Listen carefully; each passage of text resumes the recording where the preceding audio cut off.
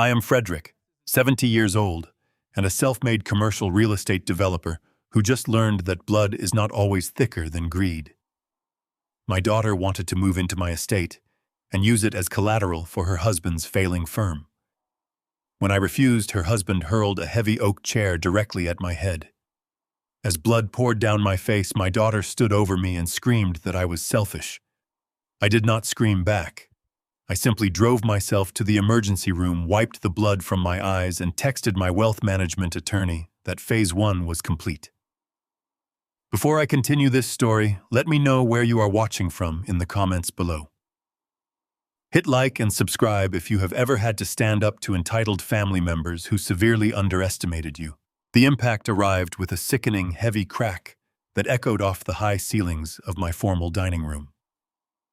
The solid oak chair, a piece I had purchased alongside my late wife Evelyn decades ago, glanced brutally off the rigid bone above my left eye before shattering against the custom mahogany wainscoting.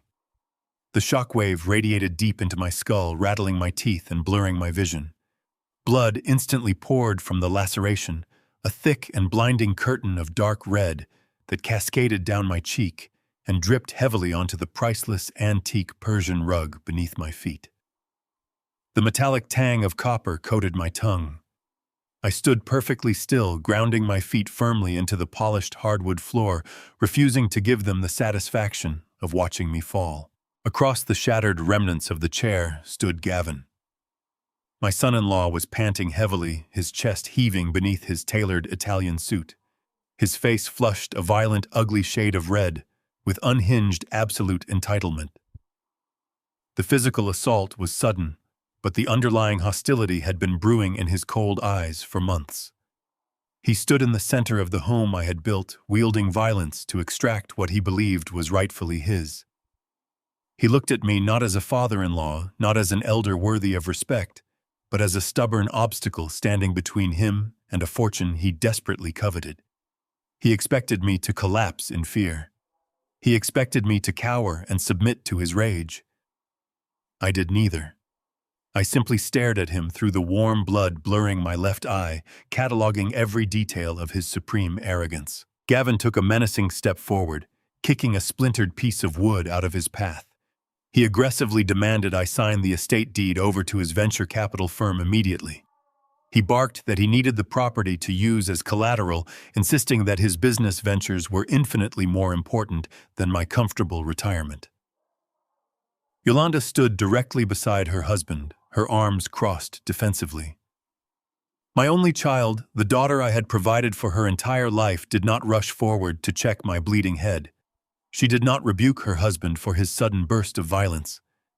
Instead, she pointed a perfectly manicured finger at my chest and screamed that I was a selfish, stubborn old man hoarding wealth while they struggled to expand their portfolio. She demanded I stop living in the past and hand over the assets to the next generation. I remained perfectly silent, absorbing the profound magnitude of her betrayal. The contrast standing before me was staggering. I looked at Gavin, a privileged white man wrapped in a custom suit, purchased with my daughter's generous trust fund, demanding the spoils of an empire he never sweat a single drop to build. He had absolutely no concept of the unbreakable foundation beneath his imported leather shoes. He did not know what it meant to navigate the brutal, unforgiving commercial real estate market of Chicago in the 1980s as a black man. He had never faced arrogant loan officers who threw funding applications in the trash the moment they saw my face. He had never worked 20-hour days on freezing construction sites, turning dilapidated, abandoned warehouses into a highly profitable regional empire, while fighting a financial system explicitly designed to keep me at the absolute bottom. I had endured decades of institutional hostility, relentless racial discrimination, and ruthless competitors to secure my wealth and build this safe haven for my family. I knew exactly how to take a hit. Gavin's temper tantrum was pathetic compared to the brutal corporate battles I had waged and won over the last 40 years. His violence was not a display of power. It was a glaring display of weakness. It was the desperate thrashing of a man who realized he was entirely out of his depth. He believed a bleeding wound would make me compliant. He did not understand that pain merely sharpened my focus. I did not yell. I did not strike back, though my hands possessed the calloused, hardened strength to easily break his jaw. Retaliation would only validate their chaotic narrative and jeopardize the meticulously crafted legal strategy I was already formulating. I maintained absolute chilling composure. I reached slowly into the inside pocket of my tweed jacket and retrieved a neatly folded, pristine cotton handkerchief. I pressed the cloth firmly against my bleeding forehead, feeling the hot fabric stick to the open wound, staunching the heavy flow of blood. Gavin took another aggressive step forward, his voice rising to a frantic, commanding pitch, demanding to know if I was listening to him. Yolanda echoed his aggressive demands, her voice shrill and piercing, as she listed all the reasons I owed them this financial bailout. I ignored their noise entirely. I walked calmly past the shattered chair, picked up my car keys from the entryway console, and retrieved my heavy winter coat. I turned my back on the two of them and walked toward the solid oak front door. Gavin shouted vicious insults at my back, calling me a coward, a dinosaur who did not understand modern business dynamics. He yelled that he would not leave my property until he had the signature he required to save his firm. I opened the door to the biting night air and stepped outside, pulling the door firmly shut behind me, instantly silencing his frantic shouting. My silence was not surrender. It was a precise, calculated, tactical maneuver. I walked down the illuminated stone pathway to my car, the freezing wind stinging the deep cut above my eye. I climbed into the driver's seat of my sedan, started the engine, and locked the doors. I sat in the darkness of the driveway, the quiet engine humming smoothly, the handkerchief soaking through with dark blood. I did not pick up my phone to call the police. Involving local law enforcement right now would result in a messy domestic dispute, a minor assault charge, and endless legal complications that would muddy the waters of my ultimate goal. I needed Gavin and Yolanda to feel invincible. I needed them to firmly believe they had broken my spirit and seized control of the narrative. I pulled my smartphone from my coat pocket and opened a highly encrypted messaging application. I typed a brief, deliberate message to Mitchell, my ruthless wealth management attorney, who had spent the last 20 years protecting my corporate assets from predators exactly like my son-in-law. The message simply read that Phase 1 of the eviction protocol is complete. I put the car in gear and drove slowly toward the emergency room, the complete blueprint of their total financial destruction already unfolding perfectly in my mind. The harsh fluorescent lights of the emergency room hummed overhead, casting a sickly, pale glow across the sterile white tiles. I sat perfectly still on the examination table while the attending physician, a sharp-eyed woman with a tight jaw, carefully threaded a needle through the torn skin above my left eye. The numbing agent had taken the edge off the raw pain, leaving only a dull, rhythmic throbbing that pulsed in time with my heartbeat. She tied off the third stitch and pulled her stool back, her gaze lingering on the jagged edge of the laceration. She did not buy the silence I was offering. She noted the angle of the cut, the bruising forming around my temple, and the complete lack of scraping on my palms. She stated plainly that people who trip and fall instinctively brace themselves with their hands. She told me the geometry of the impact suggested a heavy, blunt object swung with considerable force directly at my face. She folded her arms and informed me that as a medical professional, she was legally mandated to report suspected elder abuse. She reached for the phone on the wall counter, explicitly threatening to bring the police into the examination room right now if I did not tell her who was standing in front of me when my head was split open. I watched her hand hover over the receiver. Bringing the police into this room would detonate my entire strategy. A minor domestic disturbance call would result in a slap on the wrist for Gavin, allowing him time to legally insulate his firm and mask his financial bleeding. I needed total control of the battlefield, and a local patrol officer writing a preliminary report would destroy the tactical advantage I had just paid in blood to secure. Before I could answer the doctor, my smartphone began to vibrate violently against the metal tray table. The screen lit up with a rapid succession of incoming text messages from Yolanda. The notifications flashed brightly, each one more frantic and demanding than the last. She ordered me to tell the nurses I had tripped over the edge of the antique Persian rug. She typed in all capital letters insisting that Gavin was just under a lot of stress and that a police investigation would ruin his venture capital firm's reputation right before their quarterly funding round. She demanded I fix the mess I had caused by being so stubborn. I stared at the glowing screen, feeling a cold, familiar void open in my chest. I did not text her back. I did not type a single word of reassurance. Staring at her demands, my mind drifted back 3 years to the freezing Tuesday morning when my wife Evelyn took her final breath in a hospice bed. Evelyn had spent months fighting a losing battle against pancreatic cancer.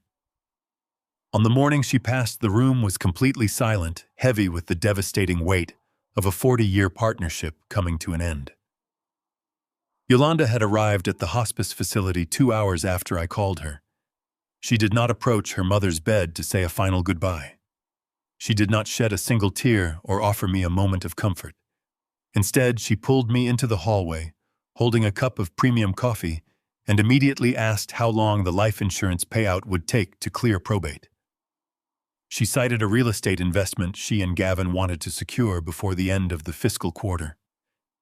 That was the exact moment I realized the daughter Evelyn and I had raised was completely gone, replaced by a hollow shell of entitlement.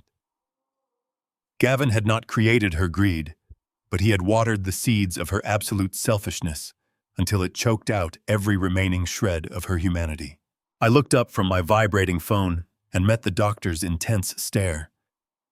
I needed to diffuse her righteous indignation without entirely wiping away the medical evidence. I allowed my shoulders to slump slightly, relaxing my posture to mimic the frail, disoriented old man the world often expected a 70-year-old to be. I softened my voice, introducing a slight tremor to my words. I told the doctor my memory was not quite what it used to be. I claimed I had been reorganizing heavy wooden furniture in my dining room, lost my balance, and collided sharply with the edge of a solid oak chair. I feigned embarrassment, looking down at my hands, acting as though my pride was far more wounded than my flesh. I insisted it was a foolish, clumsy mistake made by a man refusing to admit he was getting older. The doctor narrowed her eyes, clearly unconvinced by my performance. She knew the physics of the wound did not match my story, but she also knew she could not force a lucid patient to press charges against an unnamed phantom.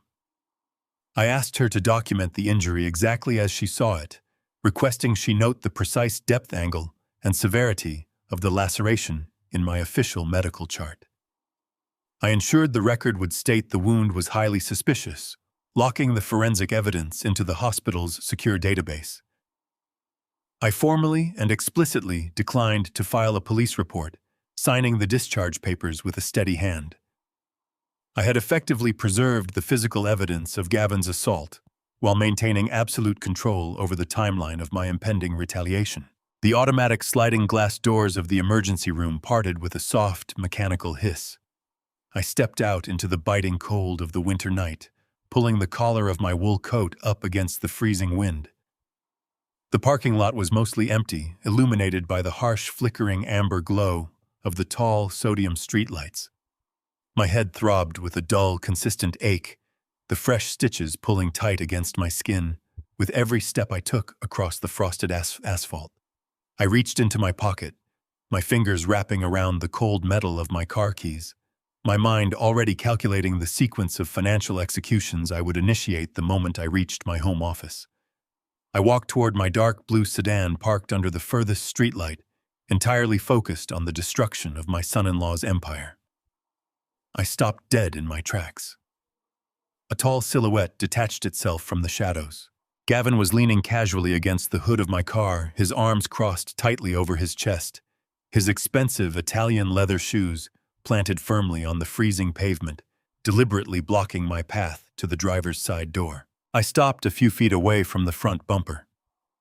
Gavin did not move. He simply stared at me with a cold sense of ownership, as if my vehicle and my personal autonomy were merely assets awaiting his liquidation. He demanded the keys to my estate without offering a single word of apology for the gaping wound currently stitched together above my left eye. I took a deliberate step toward the driver's side door, but Gavin shifted his weight intentionally, placing his broad frame directly between me and the handle. He stood over 6 feet tall, 20 years younger, possessing the natural arrogance of a man who had always used his physical presence to intimidate older, quieter men in boardrooms. He squared his shoulders, puffing out his chest under his tailored overcoat, attempting to tower over me in the dim, amber light of the parking lot. He told me I was not going anywhere until we settled our little disagreement. He warned me that driving in my current compromised state was a terrible idea, masking his physical blockade as a gesture of fake concern. I looked up at him, feeling the freezing wind bite into my newly sutured skin. I recognized the tactic instantly. It was the exact same crude physical posturing I had faced from desperate contractors and corrupt city inspectors back in the early days of my career. They always believed physical proximity could break a man's intellectual resolve. Gavin ordered me to hand over the spare keys to the house right now, insisting that Yolanda was already packing their bags to move into the master suite by morning. He declared that my stubbornness was delaying progress and that I needed to step aside for the good of the family immediately. I remained entirely still, staring into his frantic eyes. I told him he was acting like a man who had already lost his leverage. My calm tone shattered his carefully constructed facade. Gavin lost his temper completely, his voice rising to a sharp, panicked volume that echoed across the empty asphalt. He slammed his fist against the hood of my sedan and revealed the absolute depth of his desperation. He confessed that his venture capital firm was currently drowning in toxic debt. He had over-leveraged his main portfolio on a series of disastrous commercial tech acquisitions, and his private equity creditors were initiating a catastrophic margin call by Monday morning at exactly 8 o'clock. If he did not secure a massive injection of capital to cover the deficit, his firm would be entirely liquidated and his personal assets would be seized. He needed the unencumbered equity of my estate to secure a bridge loan. He needed my life's work to plug the sinking ship he had steered into a reef. His face twisted into a vicious sneer as he stepped even closer, invading my personal space. He explicitly laid out his backup plan. He threatened to go straight to the local authorities and file a formal report, claiming my mind was rapidly deteriorating. He stated he would tell the police that I was suffering from severe violent dementia, that I had lost control during a family dinner, and that I had hurled the heavy oak chair at my own face in a fit of uncontrollable rage. He promised to drag Yolanda into the precinct to corroborate the lie, ensuring I would be placed in a state-mandated psychiatric hold while he assumed emergency conservatorship over my properties. He looked down at me, breathing heavily, entirely convinced that this brutal blackmail would force me to bend the knee. He believed he had constructed a perfect, inescapable trap, relying entirely on my fear of public humiliation and institutional confinement. I let my shoulders drop, releasing a long, defeated sigh into the freezing night air. I allowed my gaze to fall to the pavement, mimicking the posture of a broken, exhausted elder who had finally realized he was entirely outmatched by a younger, stronger opponent. I reached slowly into my right coat pocket with a trembling hand, ensuring Gavin saw the hesitation and defeat in my movements. I pulled out my heavy brass keyring and detached the spare set of keys to the main estate. I held them out in my open palm. I told Gavin in a quiet, resigned whisper that I was simply too tired to fight him anymore. I verbally agreed to review his collateral paperwork tomorrow afternoon, promising not to stand in the way of his firm's financial survival. Gavin snatched the keys from my hand with a vicious, triumphant smirk. His chest puffed out even further, visibly energized by the intoxicating rush of perceived victory. He patted my shoulder with the exact same condescending force he had used before the assault, telling me I was finally making a smart, rational business decision. He instructed me to go home, rest my head, and prepare to sign the documents without any further complaints. Gavin turned on his heel and strode confidently across the parking lot toward his luxury imported SUV. I stood quietly beside my car, leaning against the cold metal door, watching his taillights flare bright red as he sped out of the hospital exit eager to share his supposed victory with my traitorous daughter. Once his vehicle disappeared completely into the dark city streets, my posture straightened instantly. The feigned tremor vanished from my hands. I reached deep into the inner lining of my left coat pocket, my fingers locating the smooth surface of the high-definition digital audio recorder I had purchased specifically for hostile negotiations years ago. I had activated the recording device the precise second I walked out of the hospital doors, anticipating Gavin's desperate need to control the narrative. I pressed the stop button, saving a crystal-clear, highly illegal extortion threat and a full confession of severe financial distress. I unlocked my car door and climbed into the driver's seat, sliding the device safely into the glove compartment. The predator believed he had secured the keys to his salvation, entirely unaware that he had just handed me the very weapon I would use to absolutely destroy him. The following evening, the heavy brass knocker on my front door echoed through the quiet foyer. I checked the security monitor panel mounted in the hallway.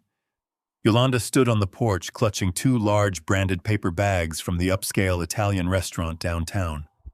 Her face was carefully arranged into a mask of deep manufactured sorrow. I unlocked the door and stepped back. She immediately launched into a rehearsed monologue, her voice dripping with artificial sweetness. She set the bags on the mahogany console table and reached out to touch my arm deliberately, avoiding the fresh row of black stitches above my left eye. She claimed she had hardly slept a wink. She insisted Gavin was simply buckling under the immense pressure of his current financial quarter, that his violent outburst was a terrifying anomaly, and that they both loved me far too much to let a simple misunderstanding drive a wedge between us. She unpacked the expensive takeout containers, arranging them on the kitchen island with exaggerated domestic care. The smell of roasted garlic and rich marinara filled the room, a stark contrast to the toxic tension radiating from her forced smile. She spoke about family bonds and forgiveness, painting herself as the peacemaker desperate to bridge the gap between her hot-headed husband and her aging father. I watched her perform this pantomime of filial devotion, recognizing the exact cadence she used whenever she was preparing to ask for a massive financial favor. I nodded slowly, offering her a faint, weary smile to encourage her deception.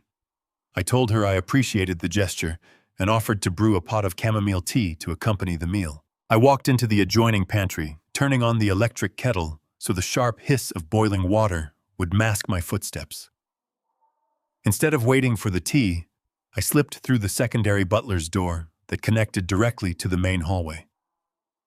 I moved with the silent, practiced steps of a man who had spent decades navigating active, unfinished construction sites without making a sound. I approached the open doorway of my private study and stood quietly in the deep shadow of the corridor. Yolanda was not in the kitchen plating the food. She was kneeling on the floor behind my massive executive desk, a small metal file gripped tightly in her hand, actively trying to force the lock on my bottom filing cabinet. The study around her was a monument to my life's work, filled with framed architectural blueprints, civic awards, and the undeniable proof of a black man's triumph over a rigged system. Yet she crouched in the center of it like a common burglar. The sight did not shock me. It merely dragged a bitter, long-buried memory to the surface. I remembered my late wife, Evelyn, installing a heavy steel lockbox in her walk-in closet when Yolanda was barely 16 years old.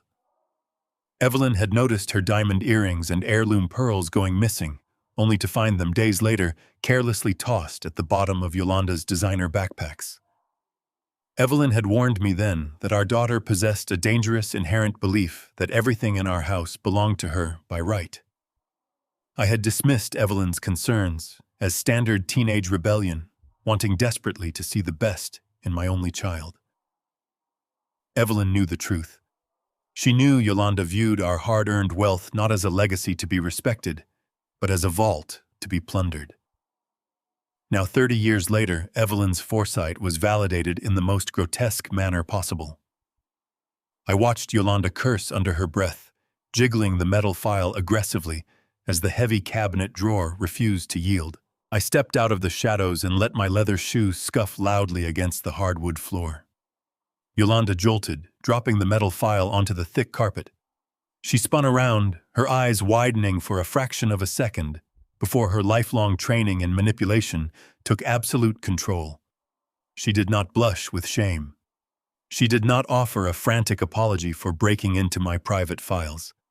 Instead, she smoothly stood up, brushed off her expensive trousers, and immediately shifted into a posture of patronizing concern. She walked toward me with a deep sigh, placing a hand on her hip. She asked me why I was looking at her with such suspicion. She claimed she was simply trying to help me find the medical records I had explicitly asked her to retrieve. I remained silent, letting her dig the hole deeper. She narrowed her eyes and adopted a tone of profound, mocking pity, stating that my memory was clearly getting worse by the day. She confidently claimed I had called her that very morning, frantic and confused, begging her to come over and locate a specific blue folder containing my updated health proxy and property deeds. It was a masterful, terrifying pivot. She was weaponizing my age right to my face, actively laying the psychological groundwork to declare me legally incompetent. Her lie was so smooth, so utterly devoid of hesitation, that a weaker man might have actually doubted his own sanity. I allowed a look of total confusion to wash over my face, playing the exact role she needed for her narrative. I raised my hand to my temple, rubbing my forehead, as if trying to clear a thick mental fog. I mumbled a quiet apology, letting my shoulders droop in submission. I pointed a trembling finger toward the surface of my desk. I told her I must have forgotten, and that I had left the blue folder right there next to the brass reading lamp. Yolanda's eyes locked onto the thick blue document folder resting exactly where I had deliberately placed it, an hour before her arrival. The mask of the concerned daughter vanished instantly, replaced by the sharp, predatory greed of a scavenger who had just found a carcass. She snatched the folder off the desk, tucking it tightly under her arm. She abruptly announced that the tea was probably burning and that she actually needed to get back to Gavin to discuss his schedule for tomorrow.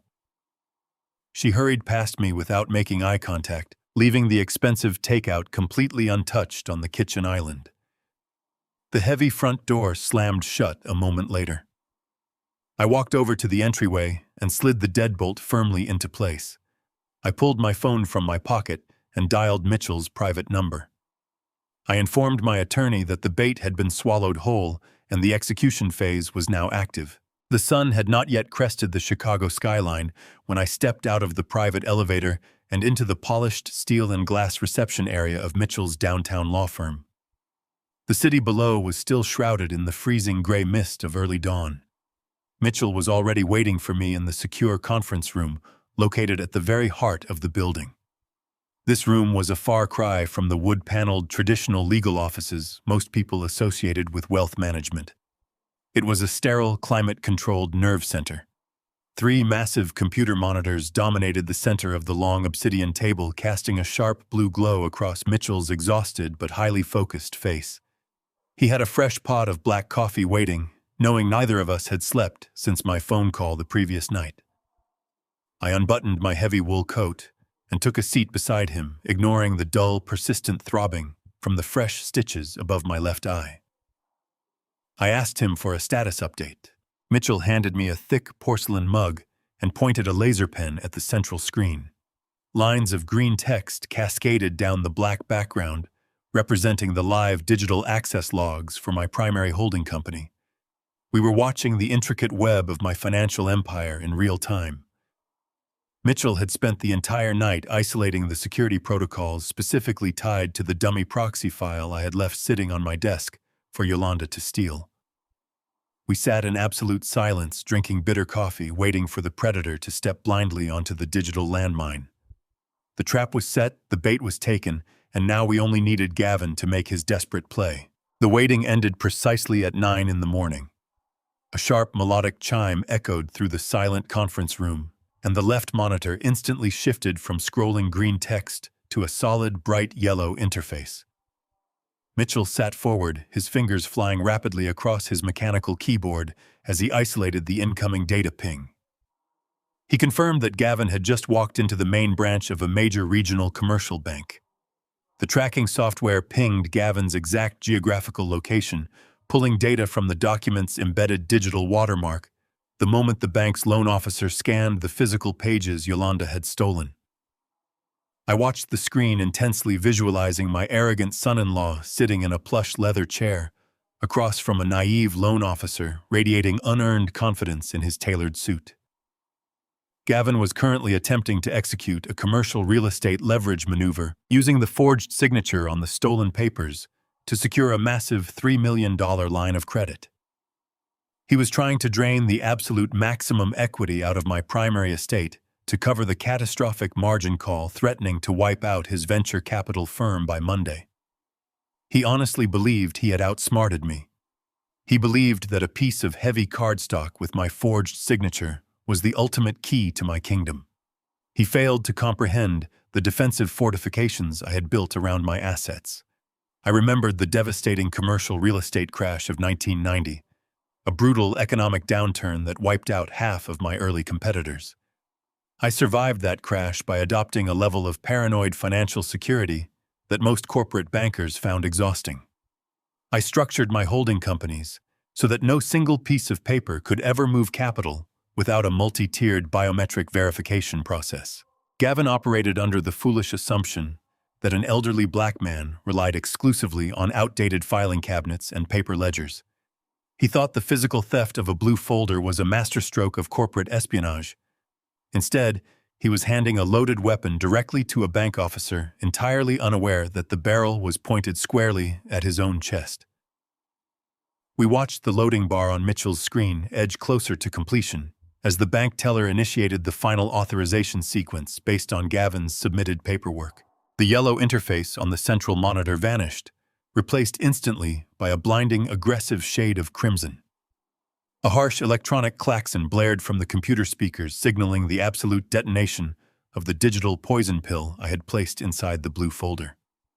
Mitchell leaned back in his ergonomic chair and allowed a cold, satisfied smile to spread across his face. The bank system had rejected the documents entirely. The file Yolanda stole did not contain a valid property deed or a legitimate financial proxy. It contained a highly specialized self-reporting dummy file designed exclusively to trap corporate embezzlers. The exact second the bank's automated underwriting software attempted to verify the routing numbers embedded in that specific document, the system recognized a critical continuity breach. Gavin's attempt to execute the forged proxy did not simply result in a denied loan application. It instantly triggered a high-level, severe fraud alert that radiated outward from the local bank branch, cascading across all interconnected regional financial networks. We watched the red alerts multiply on the screen as the dummy file automatically deployed its defensive protocols. The bank's internal security system flagged the $3 million loan application as an active malicious attempt at massive institutional theft. The system immediately locked the transaction, securing the forged documents as physical evidence of federal wire fraud. I took a slow, deliberate sip of my black coffee, feeling the warmth spread through my chest as I watched Gavin's entire financial foundation crumble into dust. He had walked into that bank expecting to walk out a millionaire. Instead, he had just permanently branded himself as a high-risk financial criminal in the eyes of every major lending institution in the state. The consequences of the fraud alert were immediate and utterly devastating. Mitchell tapped the screen, showing me the secondary shockwaves rippling through the financial sector. The automated fraud defense protocols did not stop at rejecting the loan. The system actively quarantined the threat automatically, freezing Gavin's personal checking accounts, his joint savings accounts with Yolanda, and the primary operating funds of his failing venture capital firm. He was entirely locked out of his own money. The silence in the conference room was shattered by the violent buzzing of my smartphone resting on the table. The caller identification displayed Gavin's name. I answered the call and put the device on speakerphone. Gavin was not speaking. He was screaming in a blind, incoherent rage, his voice echoing loudly against the glass walls of the room.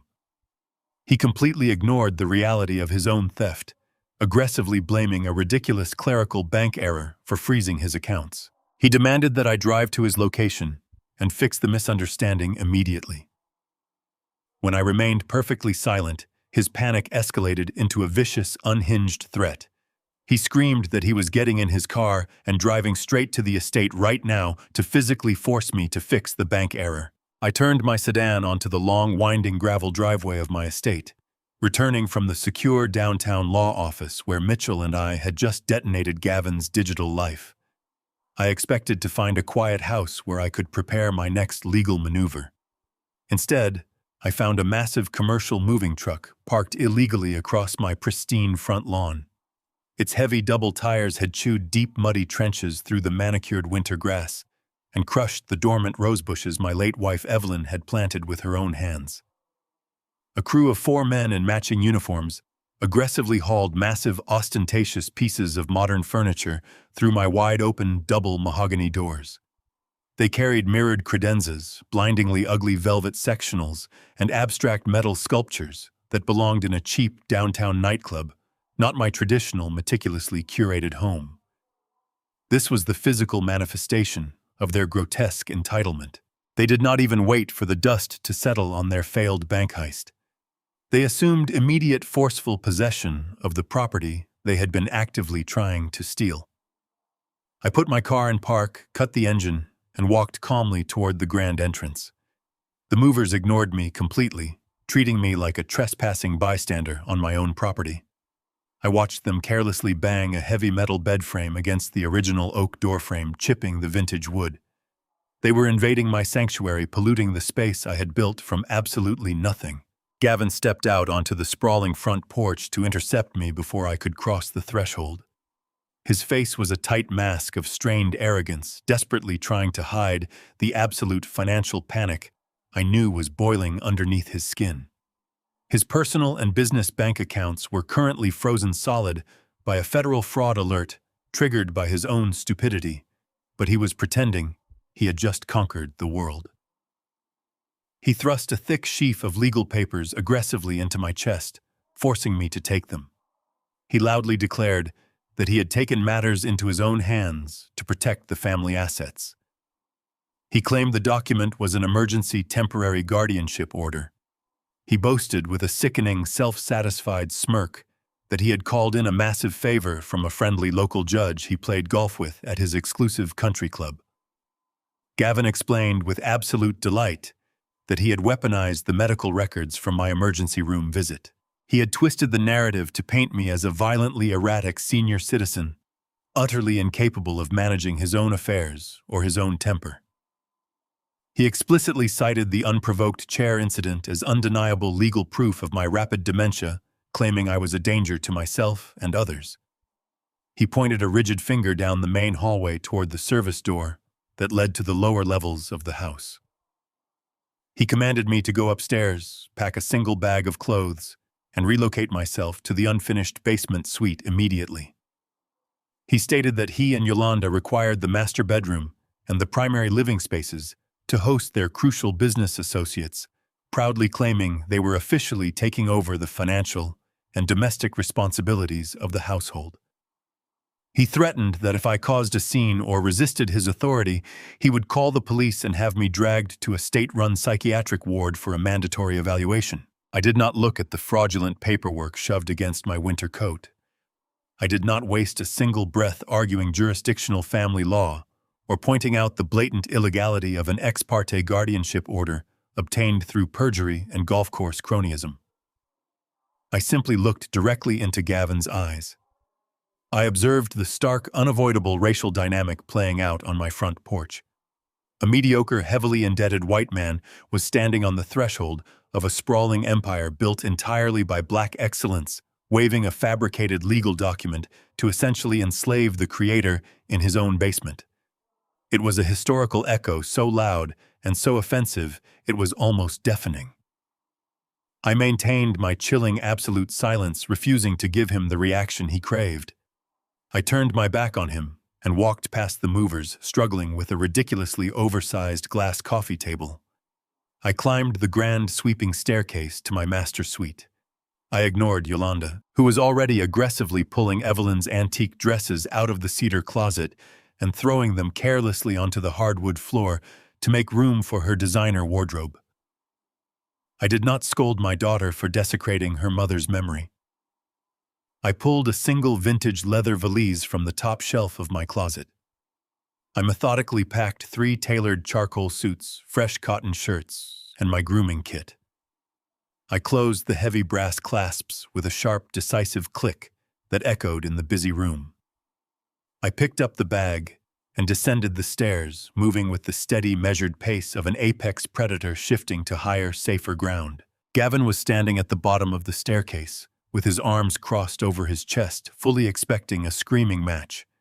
He was waiting eagerly for the stubborn old man to break down, cry, and fight back for his dignity. I stopped directly in front of him, forcing him to look me in the eye. I reached into my pocket, detached the heavy brass master key from my ring, and held it out in my open palm. Gavin snatched the key, but his triumphant sneer faltered slightly under the weight of my calm gaze. I walked past him, pushed open the front door, and stepped out into the freezing afternoon air. I did not utter a single word of protest. I did not scream about injustice or vow immediate violent revenge.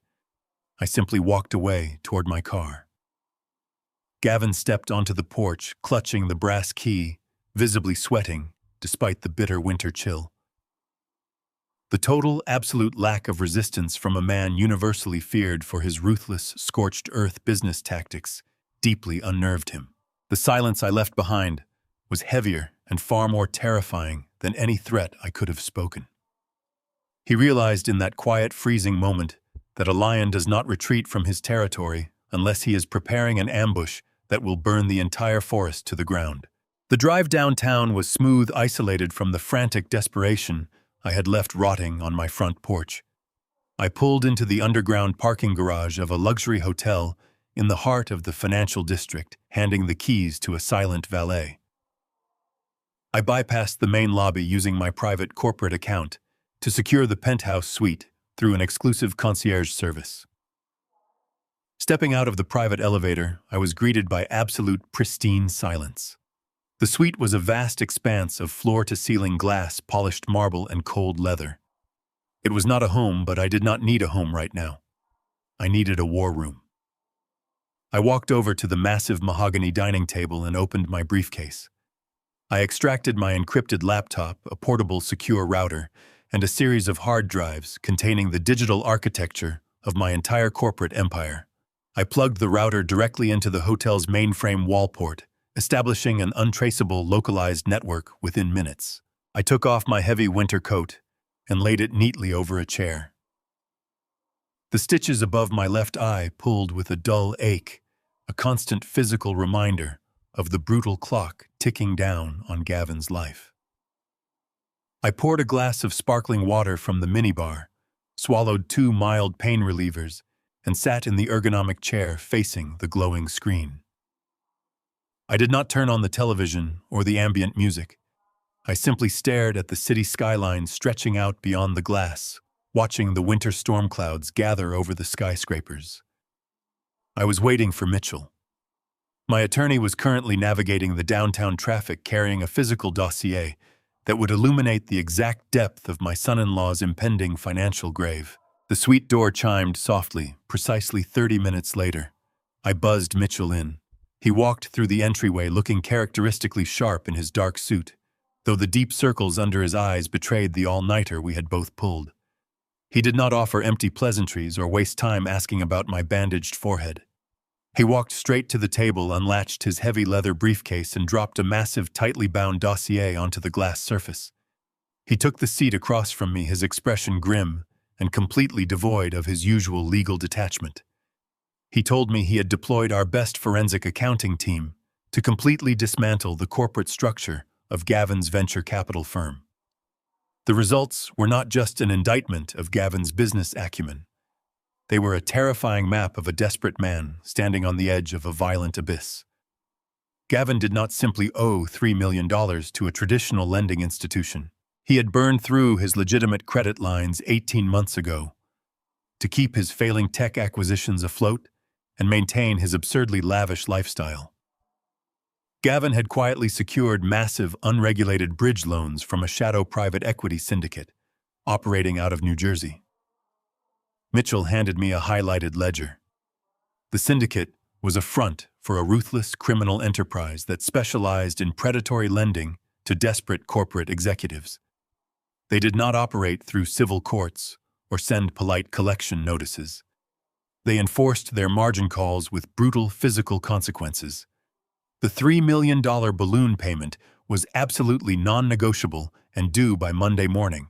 If Gavin defaulted, they would not file a lien. They would actively hunt him down. This revelation instantly reframed everything I had experienced over the last 24 hours. Gavin's unhinged violence in my dining room, the heavy oak chair hurled at my face, the fabricated guardianship order, the desperate bank run, it was not merely greed. It was the primal blind panic of an arrogant coward who suddenly realized he was going to pay for his failure with his own kneecaps or worse. He was a cornered animal thrashing wildly, completely willing to sacrifice my life, my freedom and my dignity to save his own skin from the predators he had foolishly invited into his life. Mitchell leaned forward, tapping a specific clause in the forensic audit, revealing the beautiful, fatal flaw in Gavin's entire desperate strategy. Gavin had forcefully occupied my physical estate, mistakenly believing that possession was 9/10 of the law. He assumed that moving his gaudy furniture into my foyer and waving a fraudulent guardianship paper would grant him the authority to liquidate the property. He had vastly underestimated the paranoid, impenetrable legal fortress I had built around my core assets. The physical house was merely woodstone and glass. The true value lay in the digital title transfer, which was heavily encrypted and locked behind a corporate trust. Mitchell smiled a cold, razor-sharp smile. He explained that any attempt to legally leverage or sell the estate required an absolute multi-step verification process at the primary holding bank. A forged signature or a fake judge's order is entirely insufficient. The trust protocol demanded my live, physical presence and a real-time biometric scan of my right thumbprint to execute any transfer of equity. Gavin was currently trapped inside a sprawling multi-million-dollar mansion that was completely useless to him. He was a starving man sitting inside a bank vault, entirely incapable of opening the safe. His violent coup had gained him nothing but a temporary change of scenery, while the clock on his syndicate debt continued to tick down mercilessly. I closed the heavy dossier, allowing the absolute perfection of the legal trap to settle in the quiet room. We had completely immobilized him. The silence was abruptly pierced by the sharp trilling ring of the hotel suite's landline resting on the mahogany desk. I picked up the heavy receiver, pressing it to my ear. It was the hotel's head concierge, his usually polished voice laced with a tight, apologetic tension. He informed me that there was a highly agitated woman in the main lobby explicitly claiming to be my daughter. She was causing a significant public disturbance, demanding immediate access to my penthouse suite. The concierge hesitated for a fraction of a second before adding a crucial, chilling detail. Yolanda was not alone. She was accompanied by a severe-looking man in a dark suit, clutching a heavy black leather medical bag. They were aggressively waving the fraudulent guardianship order at the security staff, demanding a master key card to stage a forced emergency medical intervention. I looked across the table at Mitchell, my pulse slowing to a calm, icy rhythm. The predators had tracked me to my sanctuary, bringing a hired executioner straight to my front door. I replaced the heavy receiver onto its cradle and looked across the polished table at Mitchell. My lawyer stood up immediately, reaching for his briefcase to intercept the threat, but I raised my hand to stop him. I needed to handle this public spectacle personally. I buttoned my suit jacket, adjusted my cuffs, and walked out of the penthouse. The ride down the glass elevator was silent and smooth, offering a panoramic view of the city I had spent decades conquering. The polished silver doors parted with a soft chime, opening into the sprawling, opulent lobby of the luxury hotel. The space was bustling with international tourists, wealthy business travelers, and attentive staff. I took precisely 3 steps past the brass luggage carts before the ambush was sprung. Yolanda stepped out from behind a massive marble pillar, her face twisted into an expression of exaggerated frantic panic. She was not alone. A tall, aggressively built man, in an ill-fitting clinical gray suit, flanked her right side, clutching a thick black leather medical bag. Before I could process their exact positioning, they flanked me entirely. The man stepped directly into my personal space, attempting to use his broad shoulders to physically block my path toward the main exit. Yolanda grabbed my left arm with entirely fake desperation, her manicured nails digging sharply into my wool sleeve. She applied immediate physical pressure, attempting to aggressively herd me backward toward the open elevator bank. The man reached for my other shoulder, employing the physical coercion techniques of a bouncer rather than a medical professional. I planted my feet firmly into the thick carpet, dropping my center of gravity to become an immovable object. I remembered the physical conditioning I had maintained since my youth, a necessity for surviving the brutal dockyards before I built my commercial real estate empire. Their coordinated attempt to corral an uncooperative senior citizen was instantly thwarted by my absolute physical resistance. The hired man realized physical force alone would not move me silently. He instantly pivoted to his secondary tactic, projecting his voice across the crowded lobby to ensure maximum public humiliation. He loudly declared himself to be an emergency psychiatric specialist, stating that I was experiencing a severe aggressive dementia episode and required immediate medical sedation. His voice bounced off the high vaulted ceilings, instantly drawing the wide-eyed stares of dozens of affluent hotel guests and the alarm of the concierge staff.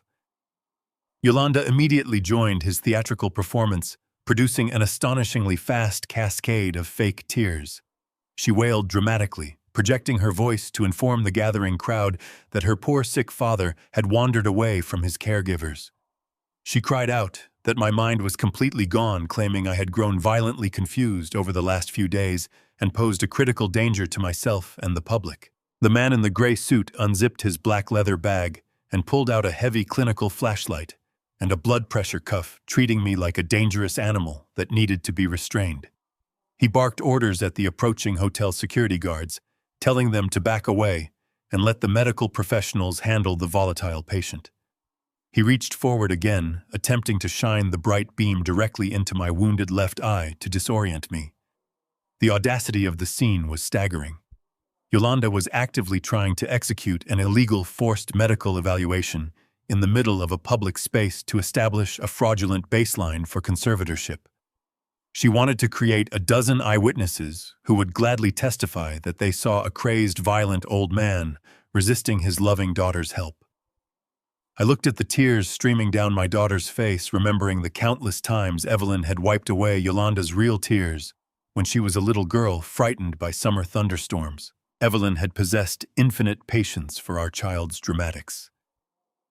I had none left. This was not a frightened child acting out. This was a ruthless financial predator attempting a broad daylight kidnapping to cover her husband's lethal mob debt. The fake doctor raised his voice even louder, commanding me to stop resisting the evaluation and step back into the elevator before I hurt somebody. I did not shrink away from the unwanted attention, nor did I raise my voice in an incoherent panic. I harnessed the absolute silence of the room, capitalizing on the dozens of cell phones already recording the spectacle. I spoke with the booming, articulate baritone I had used for decades to command boardrooms and silence unruly shareholders. I addressed the head of hotel security directly, my voice slicing through Yolanda's pathetic sobbing with surgical precision. I explicitly stated my full legal name, my mental clarity, and my current residence in the penthouse suite. I pointed a steady finger directly at the man in the gray suit and loudly declared that he was a hired corporate mercenary attempting a fraudulent medical kidnapping. I did not stop there. I articulated their exact criminal scheme for the entire lobby to absorb. I cited the specific federal statutes regarding interstate wire fraud, extortion, and the falsification of medical records. I clearly detailed how my daughter and her husband were currently $3 million in debt to a violent private equity syndicate and were desperately staging this psychiatric ambush to illegally seize my commercial real estate portfolio. I projected every word with absolute chilling authority, ensuring the high-definition cameras captured every syllable of my lucid, highly detailed accusation. Yolanda's fake tears dried up instantly, replaced by a look of sheer, unadulterated terror. She realized she was not cornering a confused victim.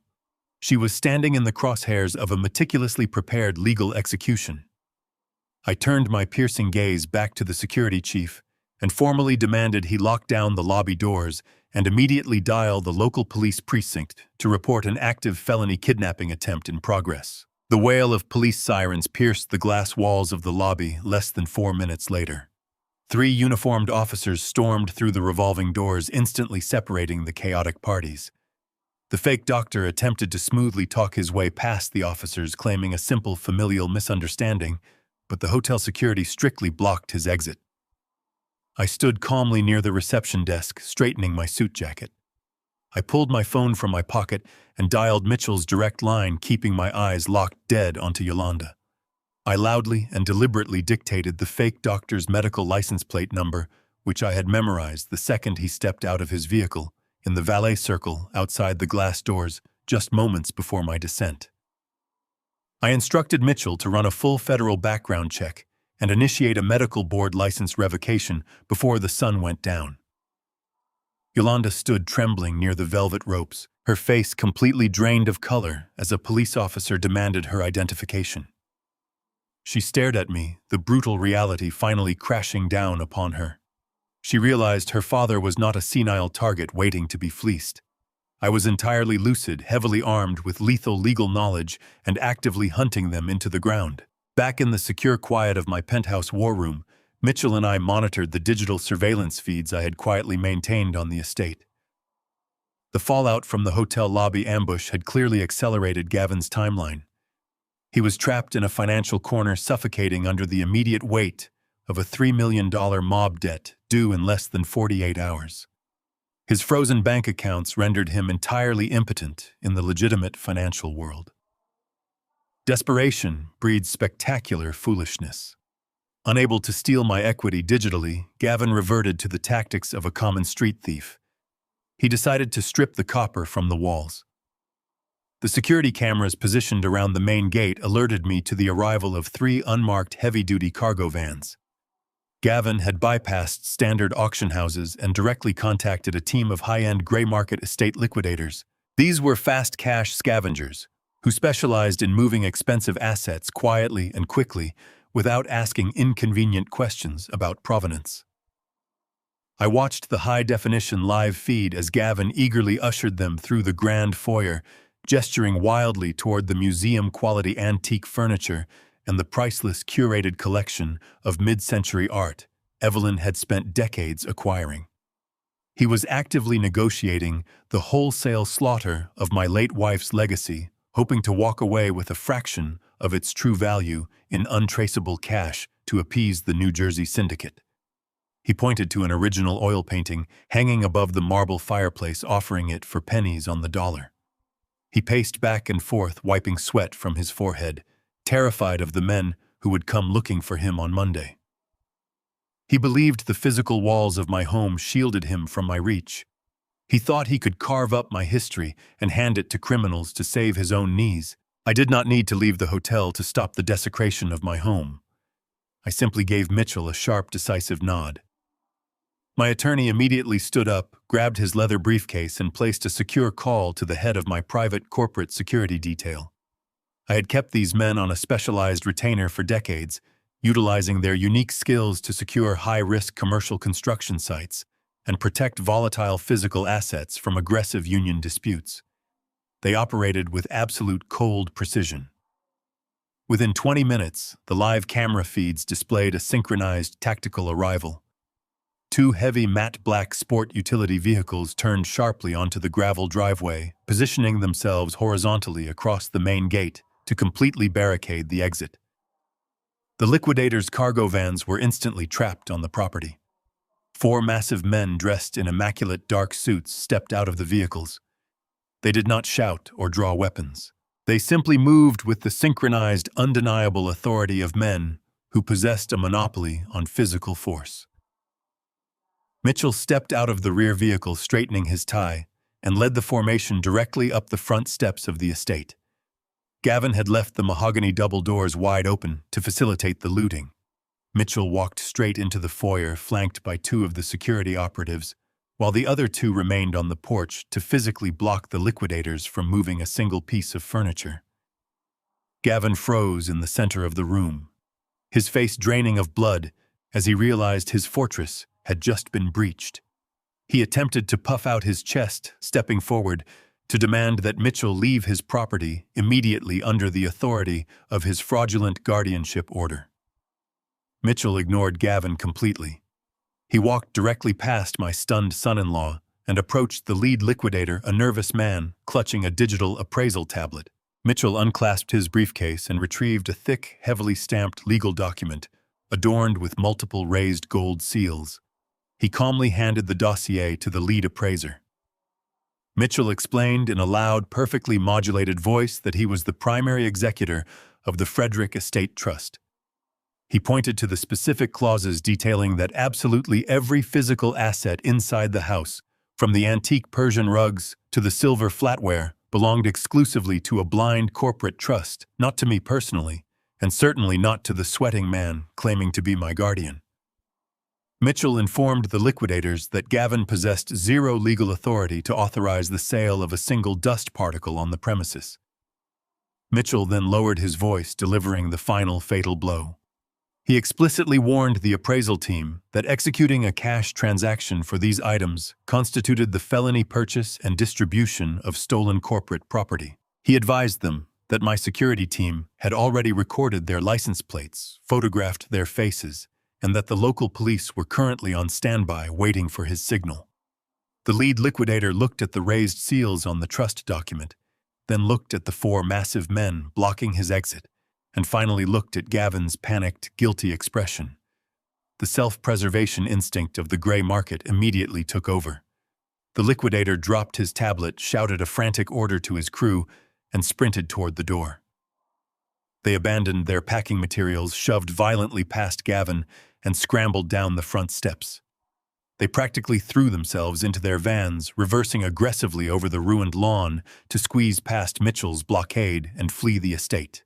Mitchell and the security team walked out the front doors, pulling them shut with a heavy, resounding thud that echoed through the empty halls. Gavin was left completely alone in the sprawling mansion. He stood in the center of the foyer, utterly paralyzed by his own monumental failure. His grand coup had collapsed into a cage. He had absolutely zero liquid cash to satisfy the syndicate. His credit cards were entirely frozen. His venture capital firm was dead. He was an empty shell trapped inside a museum he could not sell. Then the final consequence arrived. The grand crystal chandelier above him flickered violently and died. The ambient hum of the central heating system spun down into total silence. The security monitors in my hotel war room instantly went black. Before leaving the property, Mitchell had executed an immediate corporate billing transfer, officially severing the primary utility accounts registered to the estate trust. The entire property was plunged into absolute darkness. Gavin was locked inside a freezing tomb of his own making. Mitchell adjusted the feed on the secondary monitor. While the primary grid was dead, my internal security system operated on an independent military-grade battery backup. The screen shifted to the stark green and black hues of night vision. We watched Gavin and Yolanda navigating the pitch-black corridors of my home using the weak flashlight beams from their smartphones. They were no longer acting like entitled heirs. They were moving like desperate scavengers. They bypassed the grand living areas and headed straight for my private study. Gavin kicked the heavy oak door open, illuminating the far corner of the room, where I had deliberately left the heavy steel floor safe exposed. I had removed the decorative rug that usually covered it before I left for the hotel. Gavin dropped to his knees, his face twisted in a feral, sweating panic. He pulled a heavy pry bar and a mallet from a duffel bag the liquidators had left behind. The silence of the penthouse was broken only by the rhythmic, muted sounds of metal striking metal coming through the audio feed. Gavin struck the safe with frantic, uncoordinated blows, tearing his expensive suit jacket at the seams. He was operating under the delusion that physical brute force could solve a complex financial crisis.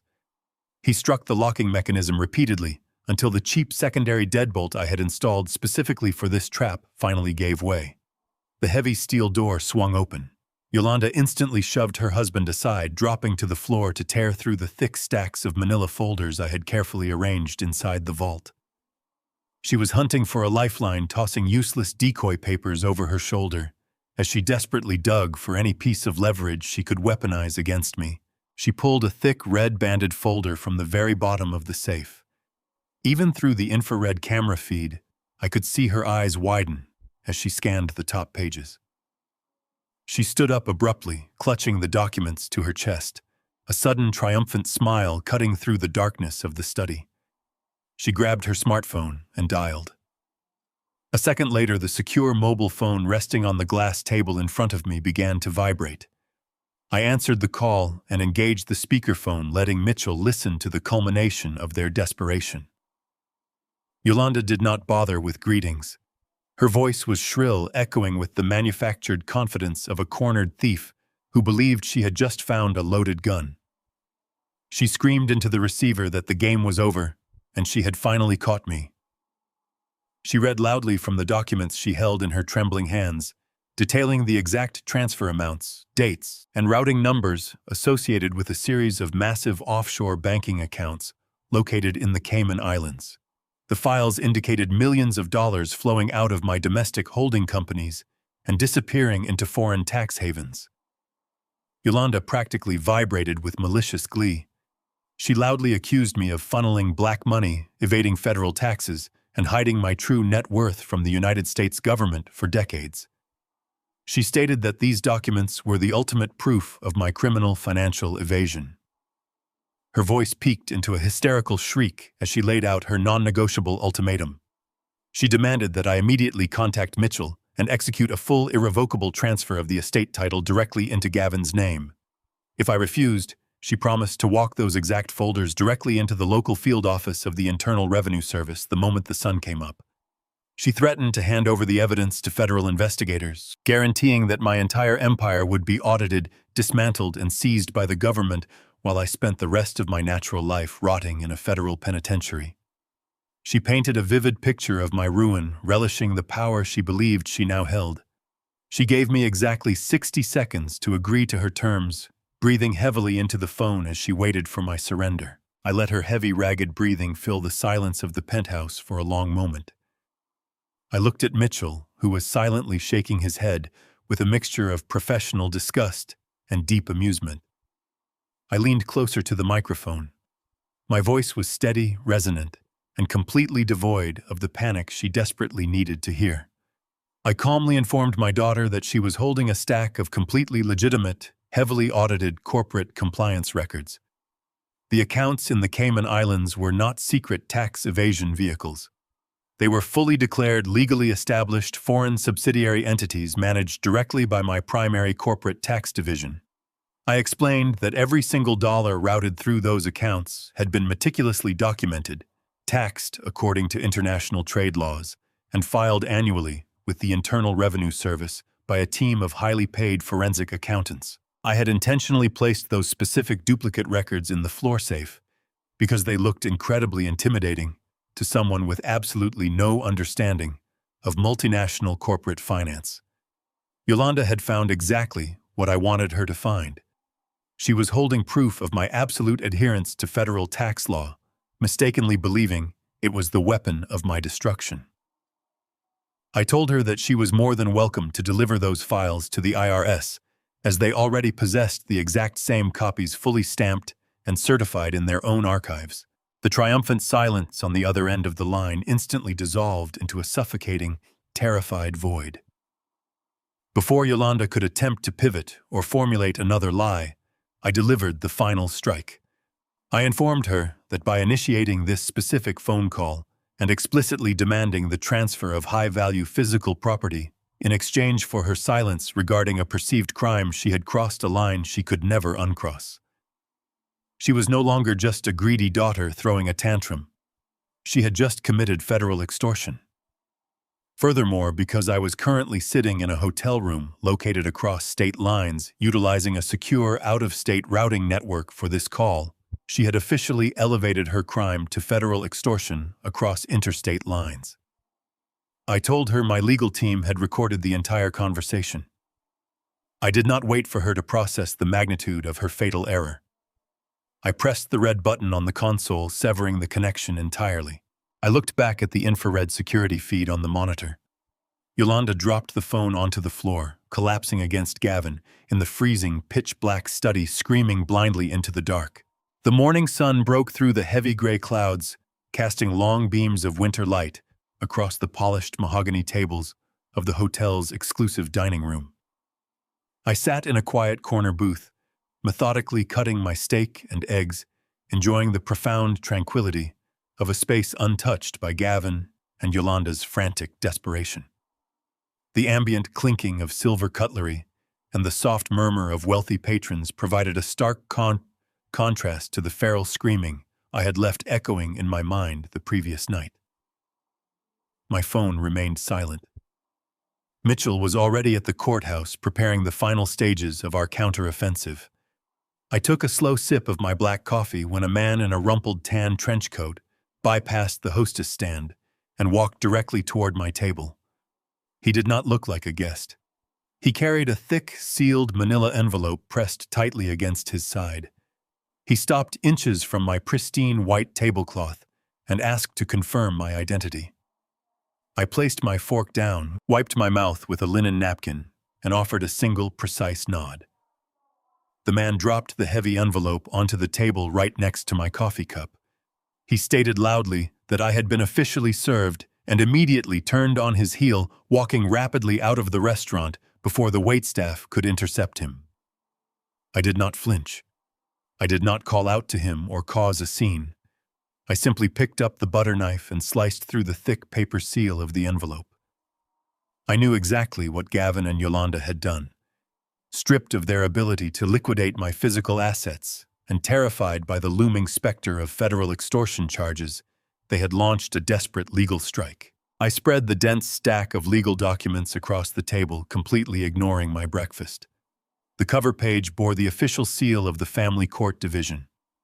It was an emergency summons for a permanent conservatorship hearing scheduled for that exact morning. Gavin and Yolanda were actively petitioning the state to strip me of all my fundamental legal rights, my financial autonomy, and my personal freedom. I flipped past the standard procedural boilerplate and arrived at the sworn affidavits. The sheer magnitude of their perjury was breathtaking. Yolanda had signed a 5-page declaration, painting a grotesque, fictionalized portrait of my rapid mental decline. She legally swore under penalty of perjury that I was suffering from severe late-stage violent dementia. Her affidavit claimed I regularly wandered the estate at night, spoke to unseen figures, and violently destroyed my own property in fits of paranoid delusion. She portrayed herself as a terrified but devoted daughter, desperately trying to protect her deeply unwell father from his own self-destructive impulses. But it was Gavin's attached sworn statement that truly showcased his depravity. He had weaponized the bloody confrontation from my dining room, completely inverting the reality of his unhinged assault. Gavin legally declared that I had initiated a brutal, unprovoked attack against him. He claimed that I had picked up a heavy oak dining chair in a sudden fit of senile rage and hurled it at his head with lethal intent. He swore that the deep laceration requiring stitches above my left eye was merely the unfortunate result of him attempting to physically subdue a violently aggressive old man. He painted himself as a victim, acting entirely in self-defense, forced to use physical restraint to prevent me from killing him. I read the absolute lies printed in black and white, feeling a profound, chilling clarity. They were attempting to lock me inside a state-run psychiatric facility so they could freely drain my corporate trusts to pay off their violent mob debt. They believed they could lie to a judge, manipulate the justice system, and bury me alive without a single consequence. They had handed me the exact rope required to hang them, I stared intently at the bottom of the final page, my eyes locking onto Yolanda's signature. The ink was a bold, looping blue, scrawled with an aggressive flourish that screamed of unearned entitlement. A sudden vivid memory forced its way through my cold detachment. I remembered a bright summer afternoon 30 years ago on the wide concrete driveway of our very first modest home. Yolanda was 7 years old, wearing a bright yellow helmet, terrified to take her feet off the ground while sitting on her new bicycle. She had gripped the handlebars so tightly, her small knuckles turned white, crying hot tears of absolute fear. I had jogged alongside her for an hour, holding the back of the seat, promising her with my entire soul that I would never let her fall. When she finally found her balance and pedaled forward on her own, the pure, unadulterated joy that lit up her face had been the greatest reward of my life. She had trusted me completely. I looked back down at the perjury document resting on the linen tablecloth. That bright, innocent child was gone, entirely erased and replaced by a hollow, calculating monster. Under Gavin's toxic, parasitic influence, she had actively chosen to sell my freedom and my life to save a failing, mediocre man. She was willing to put me in a straitjacket and lock me in a clinical room just to maintain her access to designer clothes and expensive dinners. The deep paternal sorrow I felt evaporated, leaving behind a hard, unbreakable resolve. The daughter I taught to ride a bicycle no longer existed. I folded the fraudulent legal documents into a tight square and placed them carefully inside my inner jacket pocket. I finished the last sip of my black coffee, leaving a crisp $100 bill on the table for the waiter. I stood up and walked to the private elevator, ascending smoothly to the penthouse suite. I stripped off my casual morning attire and methodically dressed for absolute war. I stepped into my finest tailored charcoal suit, adjusting the silk tie perfectly in the mirror. I slid my solid gold cufflinks into place, buttoning my coat with a sharp, decisive motion. I reached deep into my right trouser pocket, my fingers wrapping around a small, heavy silver object. It was cold to the touch, solid, and completely devastating. It was the physical master key to Mitchell's encrypted digital vault, containing every single irrefutable piece of audiovisual and financial evidence we had gathered against them. I walked out of the suite, the doors locking heavily behind me. It was time to enter the courtroom. It was time to drop the guillotine. I walked through the heavy oak double doors of the family court, with the measured, steady stride of a man entirely at peace with his impending execution of justice. The environment inside was stark, sterile, and oppressively quiet, a sharp contrast to the chaotic emotional warfare Yolanda and Gavin had tried to wage in the hotel lobby the previous day. Mitchell was already seated at the polished defense table, meticulously arranging a single manila folder and a sleek silver laptop. I took my seat beside him, buttoning my charcoal suit jacket, and allowed my gaze to sweep across the aisle. Gavin and Yolanda sat at the plaintiff's table, projecting a masterclass in manufactured grief. Yolanda wore a conservative, high-necked navy dress, her hair pulled back, simply clutching a crumpled tissue in her trembling hands. She had perfectly calibrated her posture to resemble a devoted, exhausted daughter bearing the crushing weight of a tragic familial burden. Gavin sat close to her, offering comforting pats on her shoulder. He wore a subdued gray suit, completely dropping the arrogant swagger he had displayed while directing the moving trucks on my front lawn. He held his head low, adopting the solemn expression of a deeply concerned son-in-law forced into an impossible situation to protect a beloved patriarch. The presiding judge, a stern woman with a reputation for merciless efficiency, struck her gavel to bring the room to absolute order.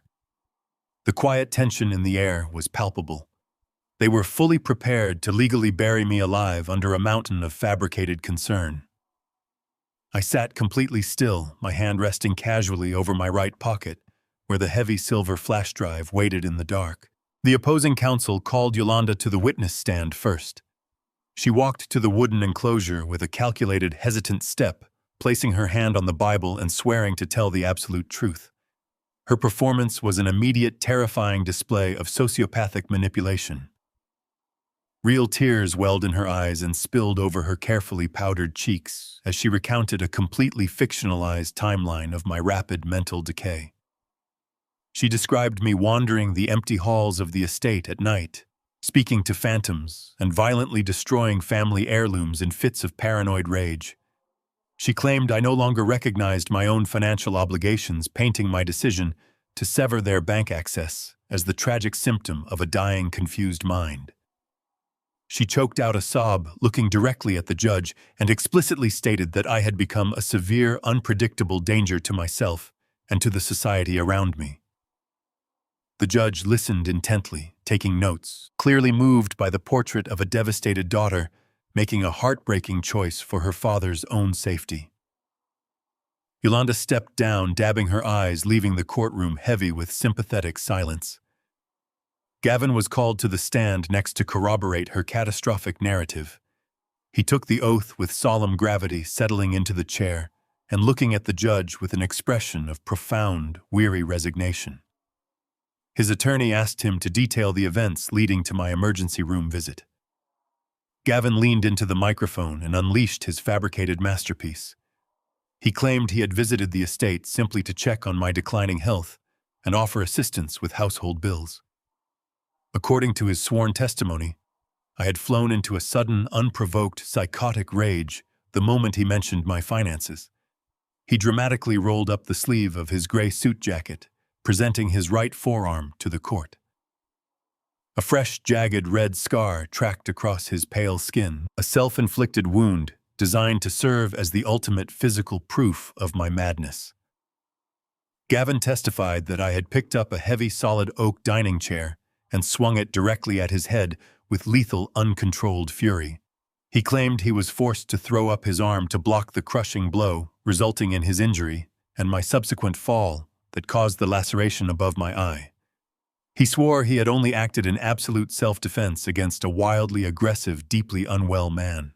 The plaintiff's attorney thanked Gavin and returned to his seat, leaving a thick cloud of damning accusation hovering over the defense table. The judge turned her sharp gaze toward our side of the room, asking if we wished to cross-examine the witness. Mitchell stood up slowly, buttoning his jacket. He did not carry a notepad or a thick stack of printed interrogatories. He walked toward the center of the room with a calm, almost predatory grace. He stopped a few feet from the witness box, looking directly into Gavin's eyes. Mitchell spoke with a remarkably soft, almost gentle tone, completely devoid of the usual theatrical aggression seen in cross-examinations. He methodically reviewed Gavin's core claims, asking him to clarify the exact sequence of events in the dining room. Mitchell asked Gavin to explicitly confirm under penalty of perjury that I had initiated the physical violence. Gavin, emboldened by the soft questioning and believing he had completely sold his narrative to the court, puffed out his chest slightly. He answered with a firm, resounding affirmative. Mitchell took a half-step closer, keeping his voice dangerously quiet. He asked Gavin to state unequivocally, and for the official legal record, that I had physically picked up the heavy oak chair and violently thrown it at him in an unprovoked attack. Gavin looked directly at the court stenographer, his voice dripping with aggressive, absolute confidence. He stated yes, that was exactly what happened, and he swore to it under God. Mitchell held Gavin's arrogant gaze for one long, silent second, letting the absolute finality of the perjury settle deeply into the official court transcript. The trap had slammed shut with a definitive, inescapable lock. Mitchell turned his back on the witness stand and walked calmly back to our defense table. He looked up at the presiding judge, his voice returning to its normal, commanding resonance.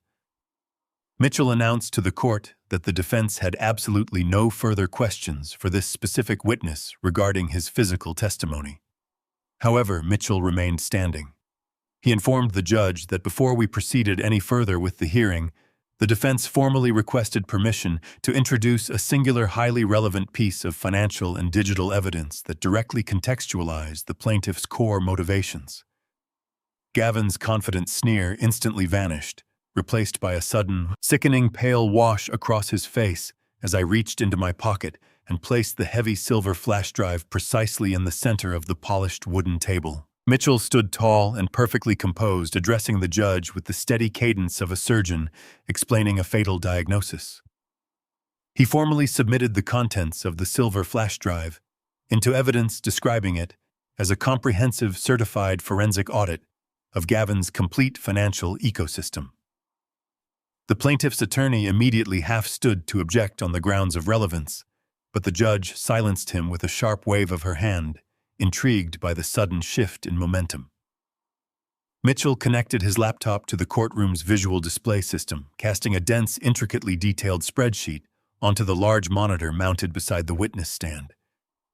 He meticulously walked the court through the rapid, catastrophic collapse of Gavin's venture capital firm over the past 8 months. He highlighted the frozen bank accounts, the heavily leveraged assets, and the completely empty shell corporations, masking his insolvency. Then Mitchell highlighted a specific, undeniable string of transactions and encrypted communications.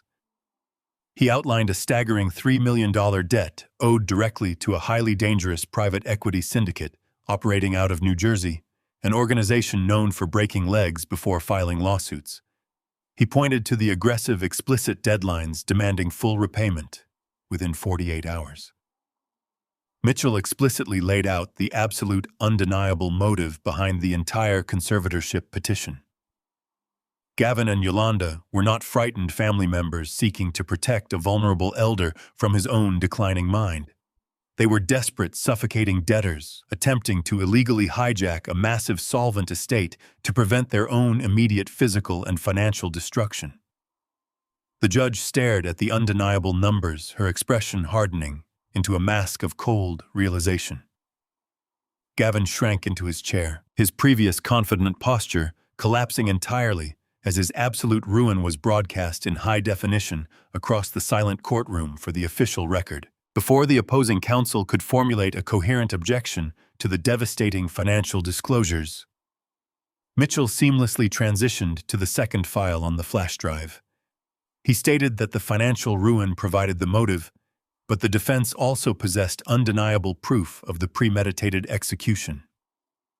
Mitchell clicked a single button on his laptop, launching an audio file retrieved from a digital recording device I had discreetly activated during a previous confrontation in the hospital parking lot, just hours after my initial emergency room visit. The pristine clinical silence of the courtroom was instantly shattered by Gavin's own aggressive, unmistakable voice. The high-quality audio captured every venomous syllable perfectly. The entire room listened as the recorded version of Gavin laughed cruelly, openly mocking my injuries and my age. He stated explicitly that if I did not voluntarily sign over the deed to the estate, he would personally ensure I was locked inside a psychiatric ward for the rest of my natural life. The recording captured him detailing the exact strategy they were employing right now in this very room. He bragged about hiring pliable medical professionals, falsifying erratic behavior, and using Yolanda's tears to convince a judge that my mind was completely gone. His voice echoed off the wood-paneled walls, declaring that he needed the liquidation of my physical assets immediately to cover his syndicate markers, and he did not care if he had to destroy my reputation and my sanity to get the cash. Yolanda's recorded voice chimed in perfectly on cue, agreeing with the criminal plan and stating that I had lived long enough anyway and owed them my wealth. The contrast between the weeping, devoted daughter who had just testified and the calculating, ruthless woman on the tape was staggering. The judge sat perfectly rigid, her pen hovering motionless above her legal pad. The sheer, unadulterated malice radiating from the speakers stripped away every ounce of the plaintiff's carefully constructed credibility. They were exposed not merely as liars, but as active predatory criminals utilizing the family court system to execute an extortion scheme. The audio file concluded with Gavin explicitly demanding the immediate transfer of the property in exchange for halting the fraudulent dementia claims, followed by the heavy sound of a car door slamming shut. The moment the recording ended, absolute chaos erupted at the plaintiff's table. Gavin's attorney scrambled to his feet, his face flushed with panic, as he desperately attempted to salvage his rapidly collapsing case. He practically shouted his objections frantically, citing state wiretapping statutes and the strict requirements of two-party consent laws regarding digital recordings. He demanded the audio be immediately stricken from the official record, arguing it was obtained illegally, constituted a massive breach of his client's privacy, and prejudiced the court against a concerned family. Mitchell did not even raise his voice to counter the frantic sweating display. He simply turned to the judge and calmly cited the specific legal exemptions within the penal code. Mitchell articulated that two-party consent laws are entirely nullified the moment the recorded conversation involves an active, ongoing felony extortion attempt or threats of physical and financial violence. I had a fundamental protected legal right to record my own extortion to preserve my safety and my property. The judge glared down at the plaintiff's table, her previous sympathy completely replaced by an icy, furious contempt. She struck her gavel sharply, the sharp crack cutting through the lawyer's stammering excuses and silencing the room. She overruled the objection with brutal finality, stating that the audio evidence was entirely admissible, legally obtained under the extortion exception, and highly illuminating regarding the true nature of the petition before her court. She ordered Gavin's attorney to sit down immediately and remain silent or face contempt charges. Gavin stared at his trembling hands, his breathing shallow and rapid, realizing that his legal shield had just evaporated into nothingness. The trap had finally snapped shut, breaking their entire narrative spine in half. Yolanda sat frozen in her chair, her face completely drained of color. The manufactured tears were gone, replaced by the stark, hollow terror of a woman looking directly down the barrel of a lengthy federal prison sentence. She stared at me across the aisle, the reality of my meticulous counter-offensive finally crushing the last of her arrogant delusions. She realized I had never been the prey in this scenario. I had been the silent architect of this entire courtroom execution. Mitchell closed his silver laptop with a quiet, highly satisfying click. He turned his attention away from the devastated plaintiffs and looked up at the bench. He announced to the judge that the defense had clearly established the motive, the method, and the malicious intent of the fraud. To provide the final definitive proof of my absolute mental clarity and obliterate the petition entirely, Mitchell formally called me to the witness stand. I stood up from the defense table, adjusted the cuffs of my tailored charcoal jacket, and walked purposefully toward the center of the room. It was time to finish this. I stepped up to the wooden witness enclosure, feeling the smooth, polished grain beneath my fingertips. The armed court bailiff stepped forward, holding out a worn leather Bible. I placed my right hand firmly upon the cover and raised my left, swearing to tell the whole truth with a voice that resonated through the dead, heavy silence of the room. I sat down in the leather chair, meticulously adjusting my tailored charcoal suit, straightening my posture to project the absolute unshakable authority I had spent decades cultivating in hostile boardrooms and corporate negotiations. I did not cast a single glance across the aisle toward the plaintiff's table. Yolanda and Gavin were entirely invisible to me now. They were no longer my family, no longer people worthy of my emotional consideration. They were merely cornered defendants awaiting their inevitable judicial sentence. I focused my piercing gaze entirely on the presiding judge. She watched me with a mixture of intense professional scrutiny and newfound respect, the lingering toxic echoes of my daughter's recorded extortion still coloring the atmosphere of her courtroom. I thanked the court for the opportunity to speak and formally began my testimony. I spoke with a quiet, measured cadence, deliberately stripping away all personal emotion to leave nothing but the cold, undeniable facts. I addressed the judge directly, detailing the extensive history of my estate, my rigorous physical conditioning, and the strict financial firewalls I had established to protect my late wife's legacy from parasites. I answered Mitchell's preliminary questions with surgical precision, effortlessly establishing my complete mental clarity and absolute grasp of my vast corporate holdings. The judge nodded along, writing furious notes on her legal pad. The air in the courtroom felt incredibly thick, charged with the electric anticipation of the final strike. Everyone present knew the audio recording was merely the prelude. The true execution was about to commence. Mitchell seamlessly transitioned his questioning to the specific night of the alleged assault in my home. I leaned slightly forward, keeping my eyes locked onto the judge to ensure she understood the gravity of my words. I recounted the events with cold, articulate precision, refusing to omit a single detail. I described Gavin arriving at the estate completely uninvited, sweating profusely and aggressively, demanding access to my primary banking routing numbers. I explained to the court how his escalating panic over his massive looming syndicate debt had rapidly devolved into uncontrollable physical aggression, the exact moment I formally denied his request for an immediate unsecured cash transfer. Gavin's attorney scrambled to his feet to loudly object, claiming my testimony was mere hearsay and a direct contradiction of his client's sworn physical evidence regarding the scar on his arm. The judge immediately and harshly overruled him, instructing me to continue without interruption.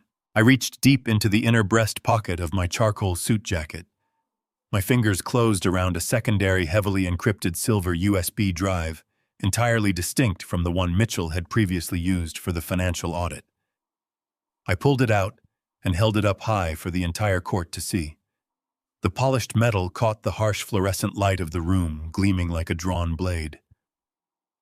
I calmly informed the judge that shortly after my beloved wife Evelyn passed away, I recognized the profound physical vulnerability of living entirely alone in a sprawling, isolated mansion filled with priceless, irreplaceable artifacts. However, I absolutely refused to allow obvious intrusive security cameras to ruin the aesthetic of her carefully curated home. Instead, I employed my private corporate security firm to install state-of-the-art motion-activated surveillance lenses directly integrated into the smoke detectors across all the main living areas, specifically including the formal dining room. I stated clearly and forcefully that these hidden cameras operated on an independent closed-circuit loop, recording high-definition video and audio 24 hours a day. I handed the silver drive to the court bailiff, formally requesting that it be entered into evidence and immediately displayed on the courtroom monitors. Gavin practically leaped out of his chair, his face contorting in sheer unadulterated horror as he realized his violent ambush had been perfectly documented from above. Mitchell connected the silver drive to the visual display system. The large high-definition monitors mounted around the courtroom flickered to life. The crystal-clear, full-color footage of my formal dining room filled the screens, the timestamp in the corner, proving the exact date and time of the incident to perfectly contradict Gavin's timeline. The entire courtroom watched in absolute silence as the digital version of Gavin paced frantically around the mahogany table, screaming wildly about his venture capital failures. The audio captured his escalating threats, with terrifying clarity echoing through the court speakers. Then, the undeniable truth of the physical assault played out for the judge to witness. The video showed me remaining perfectly seated and entirely calm while firmly refusing his financial demands. It showed Gavin snapping completely. He did not act in self-defense. He was not protecting himself from a deranged old man. He grabbed the heavy, solid oak dining chair by its carved backrest, raised it high above his shoulders in a fit of absolute unhinged madness, and hurled it directly at my face with lethal bone-crushing force.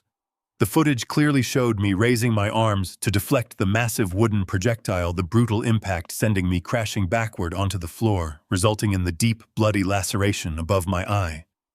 The camera then captured Gavin desperately grabbing a sharp shard of broken wood from the shattered chair and deliberately slashing his own forearm to manufacture his fake self-defense injury. In the background of the frame, Yolanda stood perfectly still near the archway. She did not scream for help. She did not attempt to stop her husband's violent outburst. She simply watched her father bleed on the floor, with a look of cold, calculating indifference. The video provided absolute irrefutable proof that Gavin had committed premeditated assault, evidence tampering, and profound perjury. The video ended, leaving a stark, frozen frame of Gavin holding the bloody piece of wood over his own arm displayed brightly across the courtroom monitors.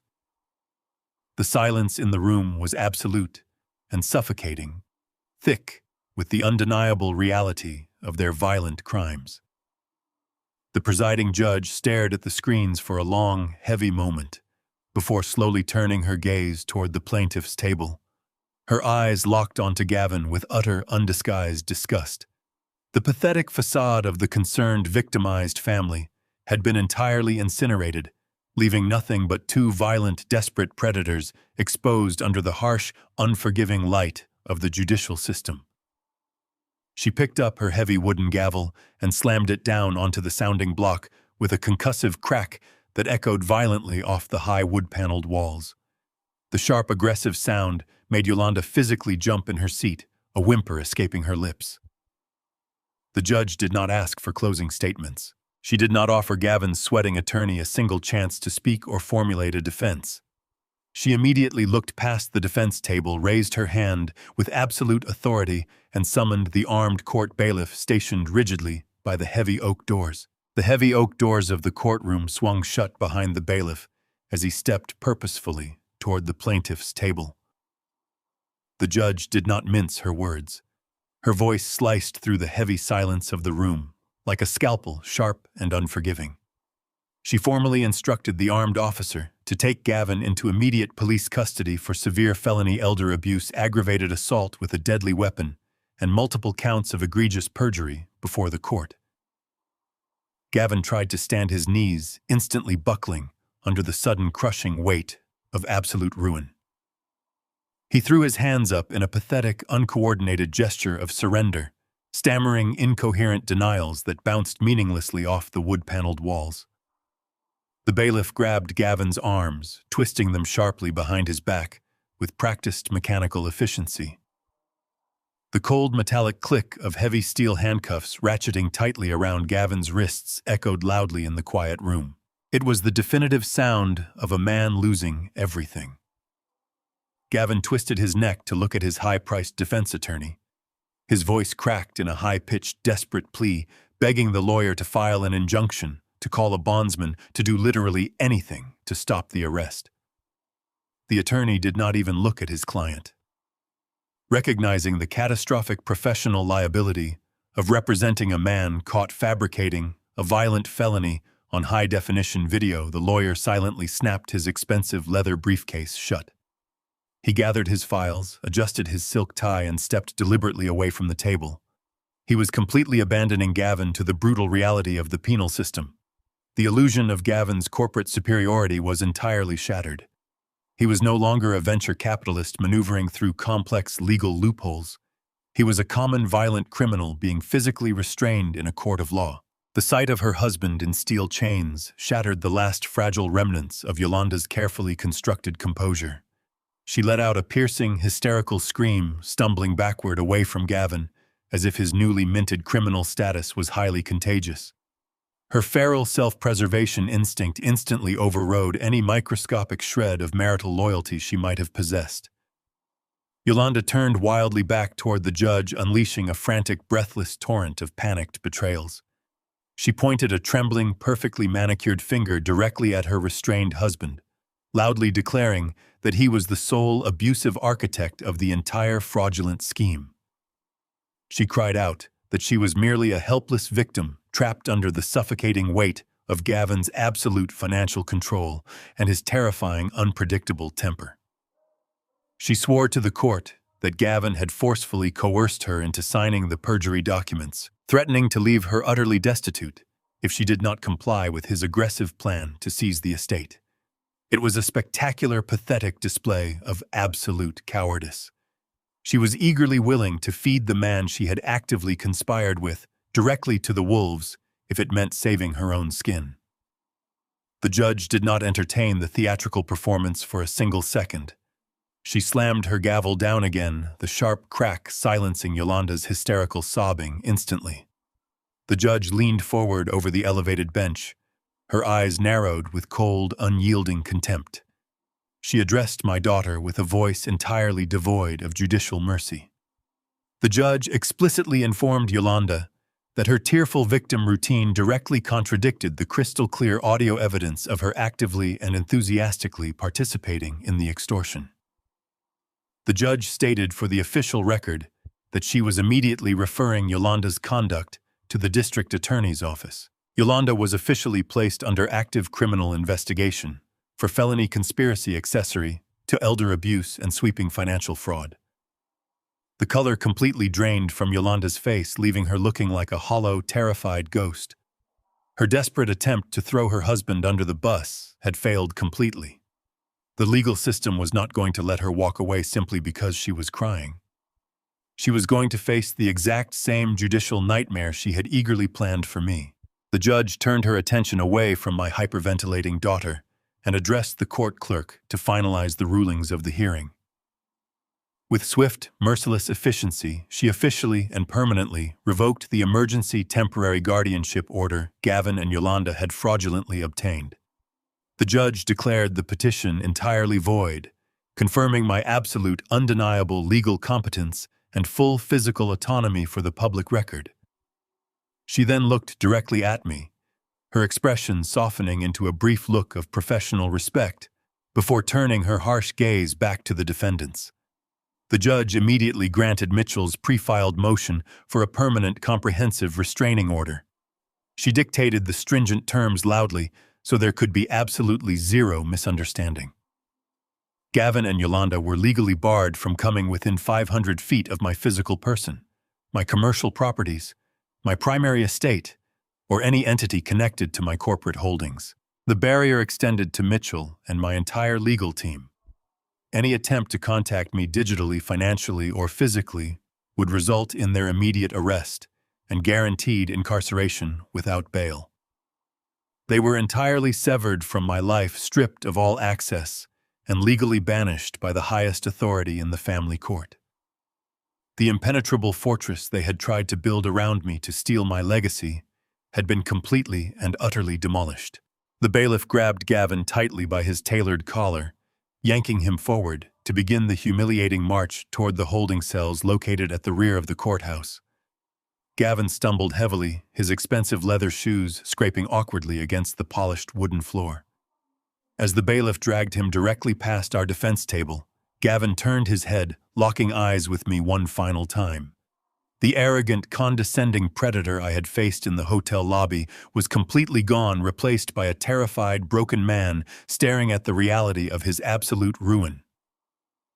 I did not break eye contact.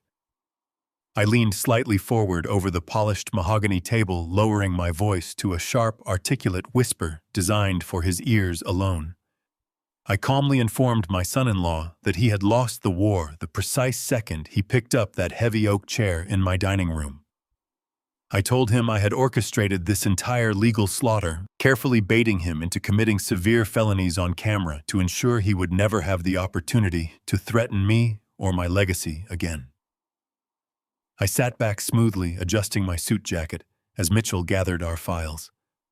Gavin's eyes widened in sheer, suffocating horror, realizing the true depth of his mistake, just as the heavy wooden doors of the courtroom closed violently behind him. I did not return to the hotel after the judge's gavel fell.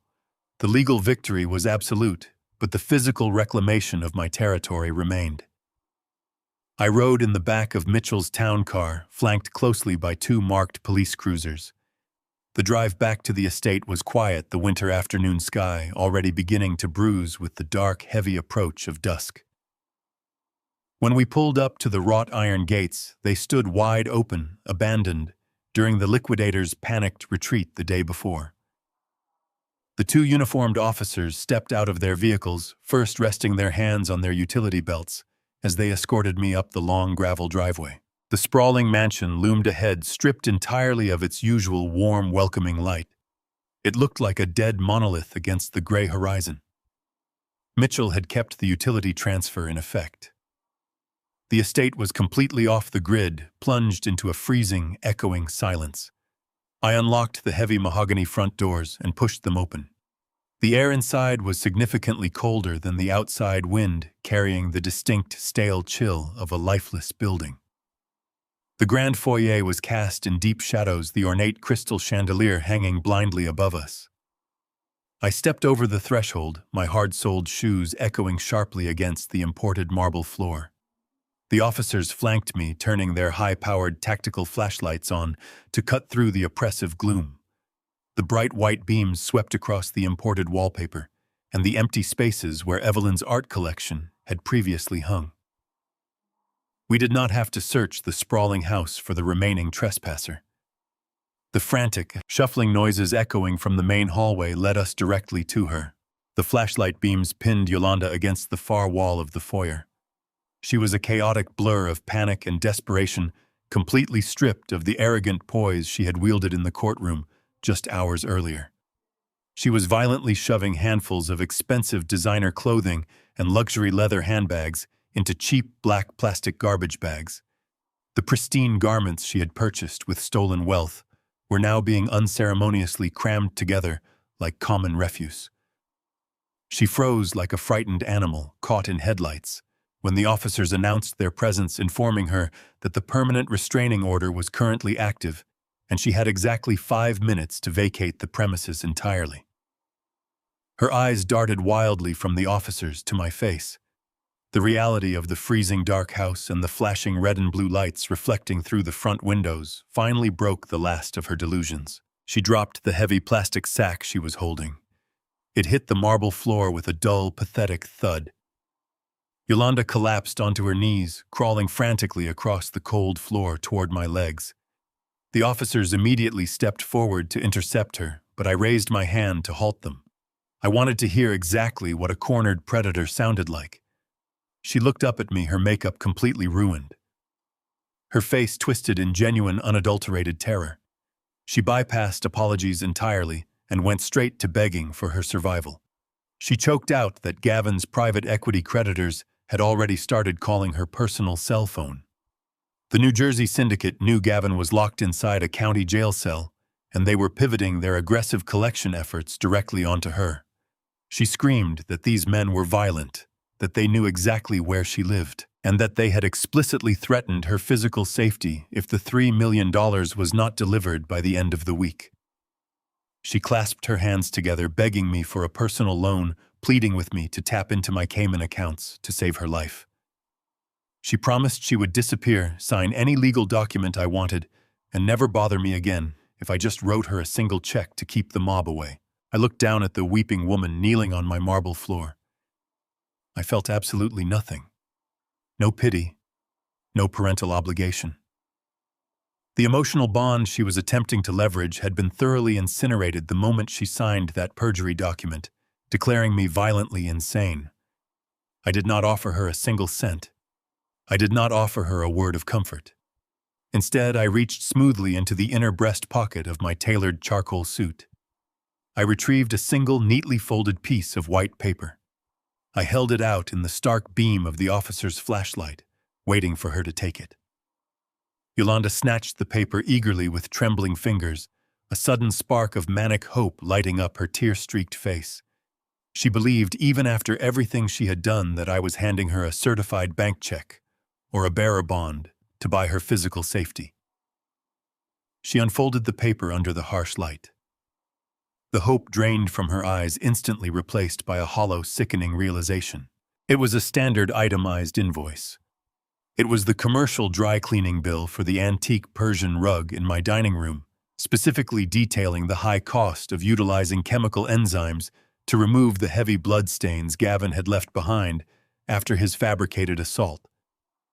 I informed her coldly that this was the absolute extent of my financial contribution to her current crisis. I told her the invoice was payable upon receipt. The lead police officer stepped forward, grabbing Yolanda firmly by the upper arm and hauling her to her feet. He informed her that her time was officially up and instructed his partner to grab the 2 plastic garbage bags she had managed to fill. She did not fight them. She was entirely, completely broken. The officers marched her out of the grand foyer and shoved her out the front doors into the freezing evening air. They dropped the cheap black bags onto the stone steps beside her and ordered her to start walking.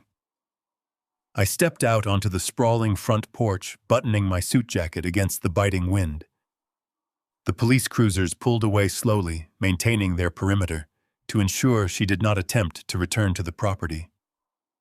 I stood perfectly still on the elevated veranda, watching my daughter drag her plastic trash bags over the sharp gravel of the long, winding driveway.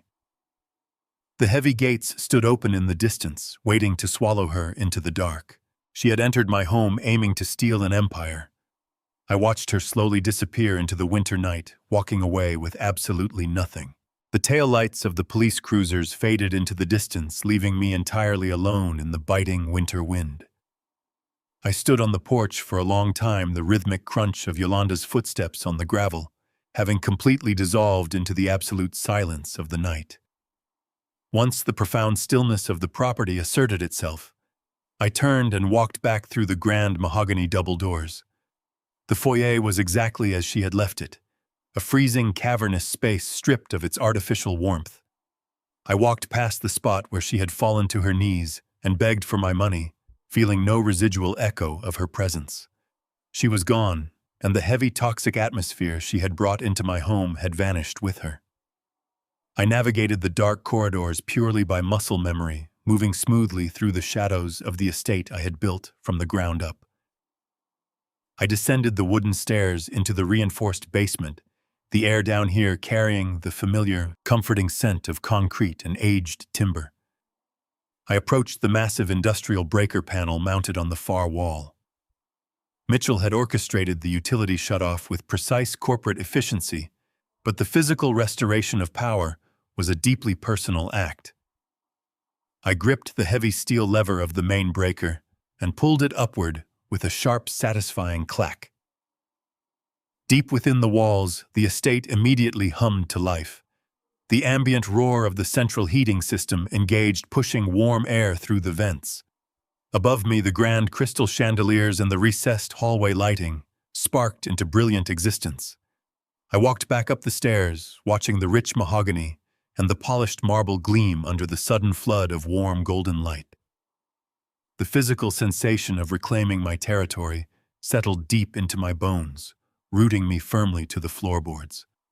The fortress was secure. Mitchell emerged from the rear entrance a few moments later, carrying his leather briefcase, having finalized the perimeter security protocols with my private detail. We walked together through the newly illuminated corridors, the steady hum of the house serving as a comforting backdrop to our silent progression. We entered the formal dining room. This was the exact theater of Gavin's manufactured assault, the room where he had attempted to forge my physical and legal destruction. The space had been thoroughly cleaned by my staff prior to the liquidator's arrival, but the memory of the violence hung heavily over the long mahogany table.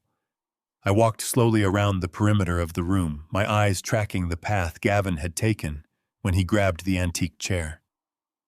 Near the heavy wooden baseboards, half hidden by the shadow of a velvet drape, my gaze caught a microscopic glint of sharp, broken timber. I knelt down, my knees popping slightly in the quiet room, and picked up a tiny, jagged splinter of oak. It was a singular, violent remnant of the shattered chair, a physical piece of Gavin's absolute madness that had managed to escape the brooms and vacuums. I held the sharp sliver between my thumb and forefinger, feeling its rough, aggressive edge. It was the perfect representation of the people I had just excised from my life. They were small, destructive, and ultimately insignificant when exposed to the light. I carried the splinter to the large stone fireplace at the end of the dining hall. I struck a long wooden match, igniting the stacked birch logs waiting in the hearth. As the flames caught and began to crackle, I tossed the tiny piece of oak directly into the center of the fire. I watched it instantly blacken, curl, and turn to white ash, completely consumed by the heat. The room felt entirely cleansed, the final microscopic trace of their presence eradicated. I turned away from the fire and gestured for Mitchell to follow me. We walked out of the dining room and headed down the hall toward my private study. The heavy steel floor safe in the corner of the study was closed and locked, a silent monument to Yolanda's monumental failure. I sat down behind my massive desk, the worn leather chair sighing familiarly under my weight. Mitchell opened his briefcase and extracted a fresh, impeccably organized stack of legal documents. He laid them out across the leather blotter, handing me a heavy gold fountain pen. These were not defensive filings or temporary injunctions. This was the absolute irrevocable restructuring of my entire empire. I leaned over the desk and began to sign my name with smooth, deliberate strokes. With each flourish of ink, I systematically dismantled the previous trust hierarchy. I wrote Yolanda completely and permanently out of my last will and testament. I severed every single hypothetical claim she or Gavin could ever make against my estate, my corporate holdings, or my personal wealth. I did not leave her a token sum to prevent a legal challenge. I legally mandated that any attempt to contest the document would trigger an automatic aggressive countersuit funded by an untouchable legal war chest. I then signed the foundational documents for a brand new entity. I diverted the vast majority of my accumulated wealth, the millions generated from decades of relentless labor, into a specialized commercial real estate scholarship fund. It was explicitly designed to provide complete financial backing, mentorship, and capital for young, fiercely driven minority builders in the city who possessed the talent but lacked the resources to break into the industry. I was taking the legacy Gavin and Yolanda had tried to steal and handing it directly to the hungry, ambitious youth they would have despised. Mitchell gathered the signed documents, offering a single respectful nod before departing the study to file the paperwork with the secure corporate registry. I remained alone in the quiet warmth of the room. I walked over to the antique crystal decanter resting on the side table and poured myself a single generous glass of neat aged bourbon. The amber liquid glowed fiercely in the lamplight. I carried the heavy glass out of the study, through the pristine foyer, and stepped back out onto the sprawling front porch. The biting winter wind had died down, leaving a crisp, freezing clarity in the air. I looked up at the vast, unobstructed canopy of stars glittering over the estate. I took a slow, burning sip of the bourbon, feeling the heat radiate through my chest. I had lost a toxic daughter, but I had successfully excised a fatal, suffocating cancer from my life. The predators had foolishly believed they had cornered a weak, senile old man, an easy mark ripe for the slaughter. They failed to realize they had stepped directly into the jaws of a lion. The night was completely, perfectly silent. The heavy courtroom doors shut, sealing Gavin's fate and concluding the public spectacle.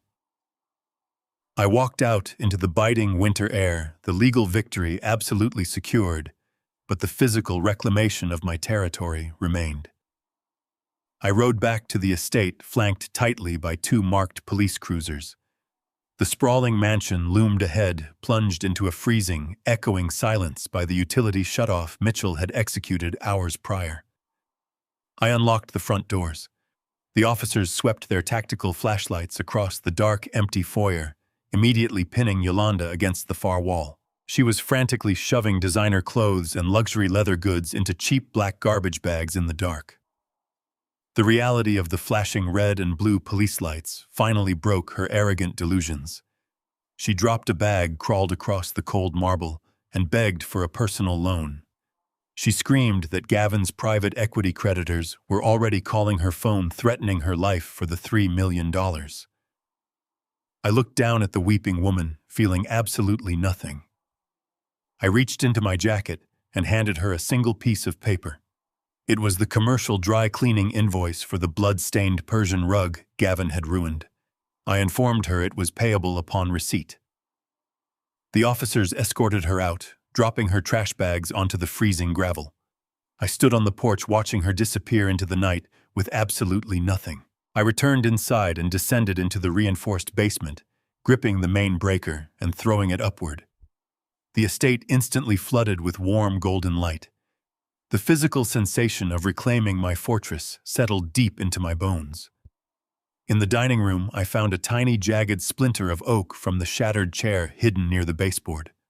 I tossed it into the roaring fireplace, watching the final physical trace of their presence turn entirely to ash. In my private study, Mitchell laid out the final documents. I signed my name with deliberate, forceful strokes, writing Yolanda completely and permanently out of my will.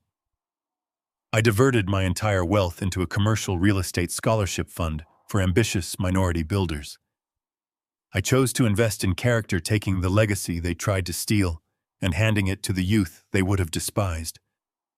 I poured a glass of neat bourbon and stepped onto the porch. The predators believed they had cornered a weak old man. They failed to realize they had stepped into the jaws of a lion. The night was perfectly silent. Lesson learned. The story of Frederick, Yolanda, and Gavin provides a profound exploration of human nature, specifically highlighting the destructive power of unearned entitlement and the absolute necessity of establishing firm personal boundaries. While the surface narrative details a thrilling legal and financial victory, the underlying lesson delves deeply into the psychological mechanics of family dynamics corrupted by greed. The most critical takeaway from this entire ordeal is that true respect cannot be demanded, inherited, or forcefully extracted. It must be continuously earned through mutual care, honesty, and unwavering integrity. When wealth or comfort is freely given without the expectation of character, it often breeds a parasitic complacency. Yolanda and Gavin did not view Frederick as a human being with feelings, history, or rights. They viewed him solely as a utility, an obstacle standing between them and the lifestyle they believed they inherently deserved. This toxic perspective did not develop overnight. It was the result of years of silent tolerance where the boundaries between unconditional parental love and financial exploitation became dangerously blurred. The journey of Frederick teaches us that the greatest danger often resides not in external adversaries, but within the walls of our own homes. Blood relations do not automatically guarantee loyalty, and familial titles should never be used as a shield to excuse predatory behavior.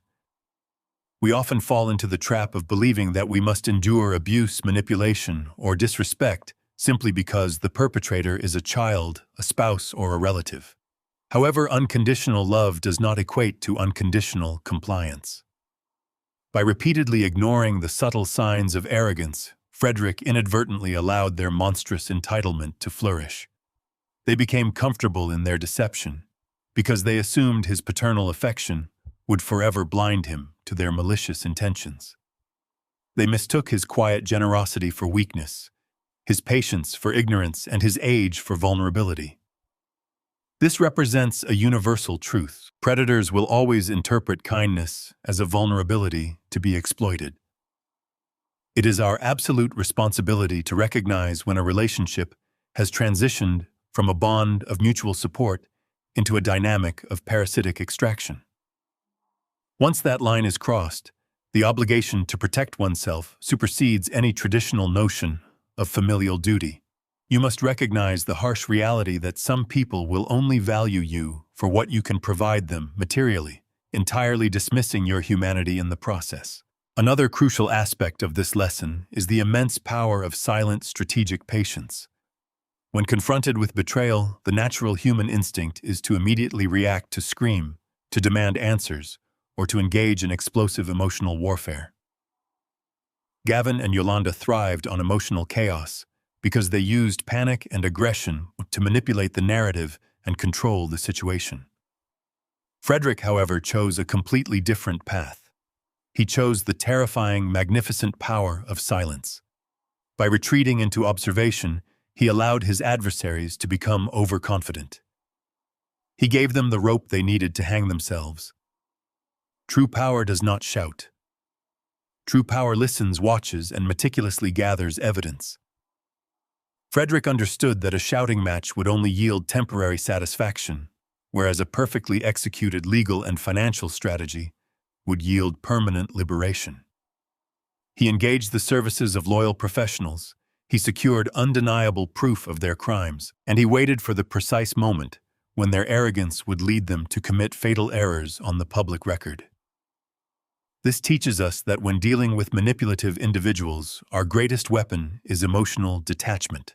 We must learn to separate our grief from our strategy. We must stop reacting to their provocations and start planning our own liberation. Patience paired with undeniable truth will always dismantle a fortress built on lies. Furthermore, the resolution of the narrative beautifully illustrates the concept of redefining legacy. For decades, he had labored under the assumption that his vast empire would naturally pass down to his daughter, perpetuating his family name. The betrayal forced him to confront the agonizing reality that leaving his wealth to Yolanda would simply fund her moral bankruptcy. True legacy is not about transferring money to biological descendants, but rather about transferring value to the world. By disinheriting his abusers and redirecting his entire fortune toward a scholarship fund for ambitious minority builders, Frederick completely revolutionized the meaning of his life work. He chose to invest in character and potential, and in the sheer determination of youth who actually understood the value of earned capital. He ensured that the wealth he and his late wife Evelyn had painstakingly built would serve as a foundation for growth rather than a vehicle for corruption. This incredibly empowering decision demonstrates that our legacy is entirely ours to define. We are never obligated to leave the fruits of our labor to those who despise us.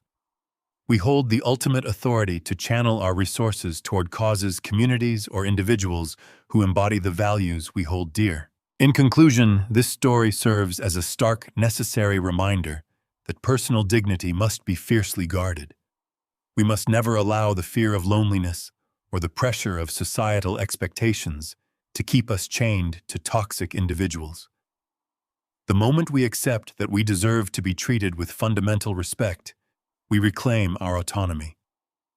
Frederick lost a daughter, but he ultimately saved himself. He shattered the illusion of a perfect family to embrace the reality of a peaceful, authentic existence. He proved that age does not diminish strength and betrayal does not mandate defeat. We must all remain vigilant, protect our boundaries, and never hesitate to walk away from those who seek to destroy our peace for their own selfish gain. If this powerful story resonated with you, please take a moment to reflect on your own relationships today. Are there boundaries you need to establish right now? Share your personal experiences in the comments section down below. We would totally love to hear exactly how you handle toxic family dynamics. Please like this video and subscribe to our channel for more inspiring life lessons and triumphant stories of survival today.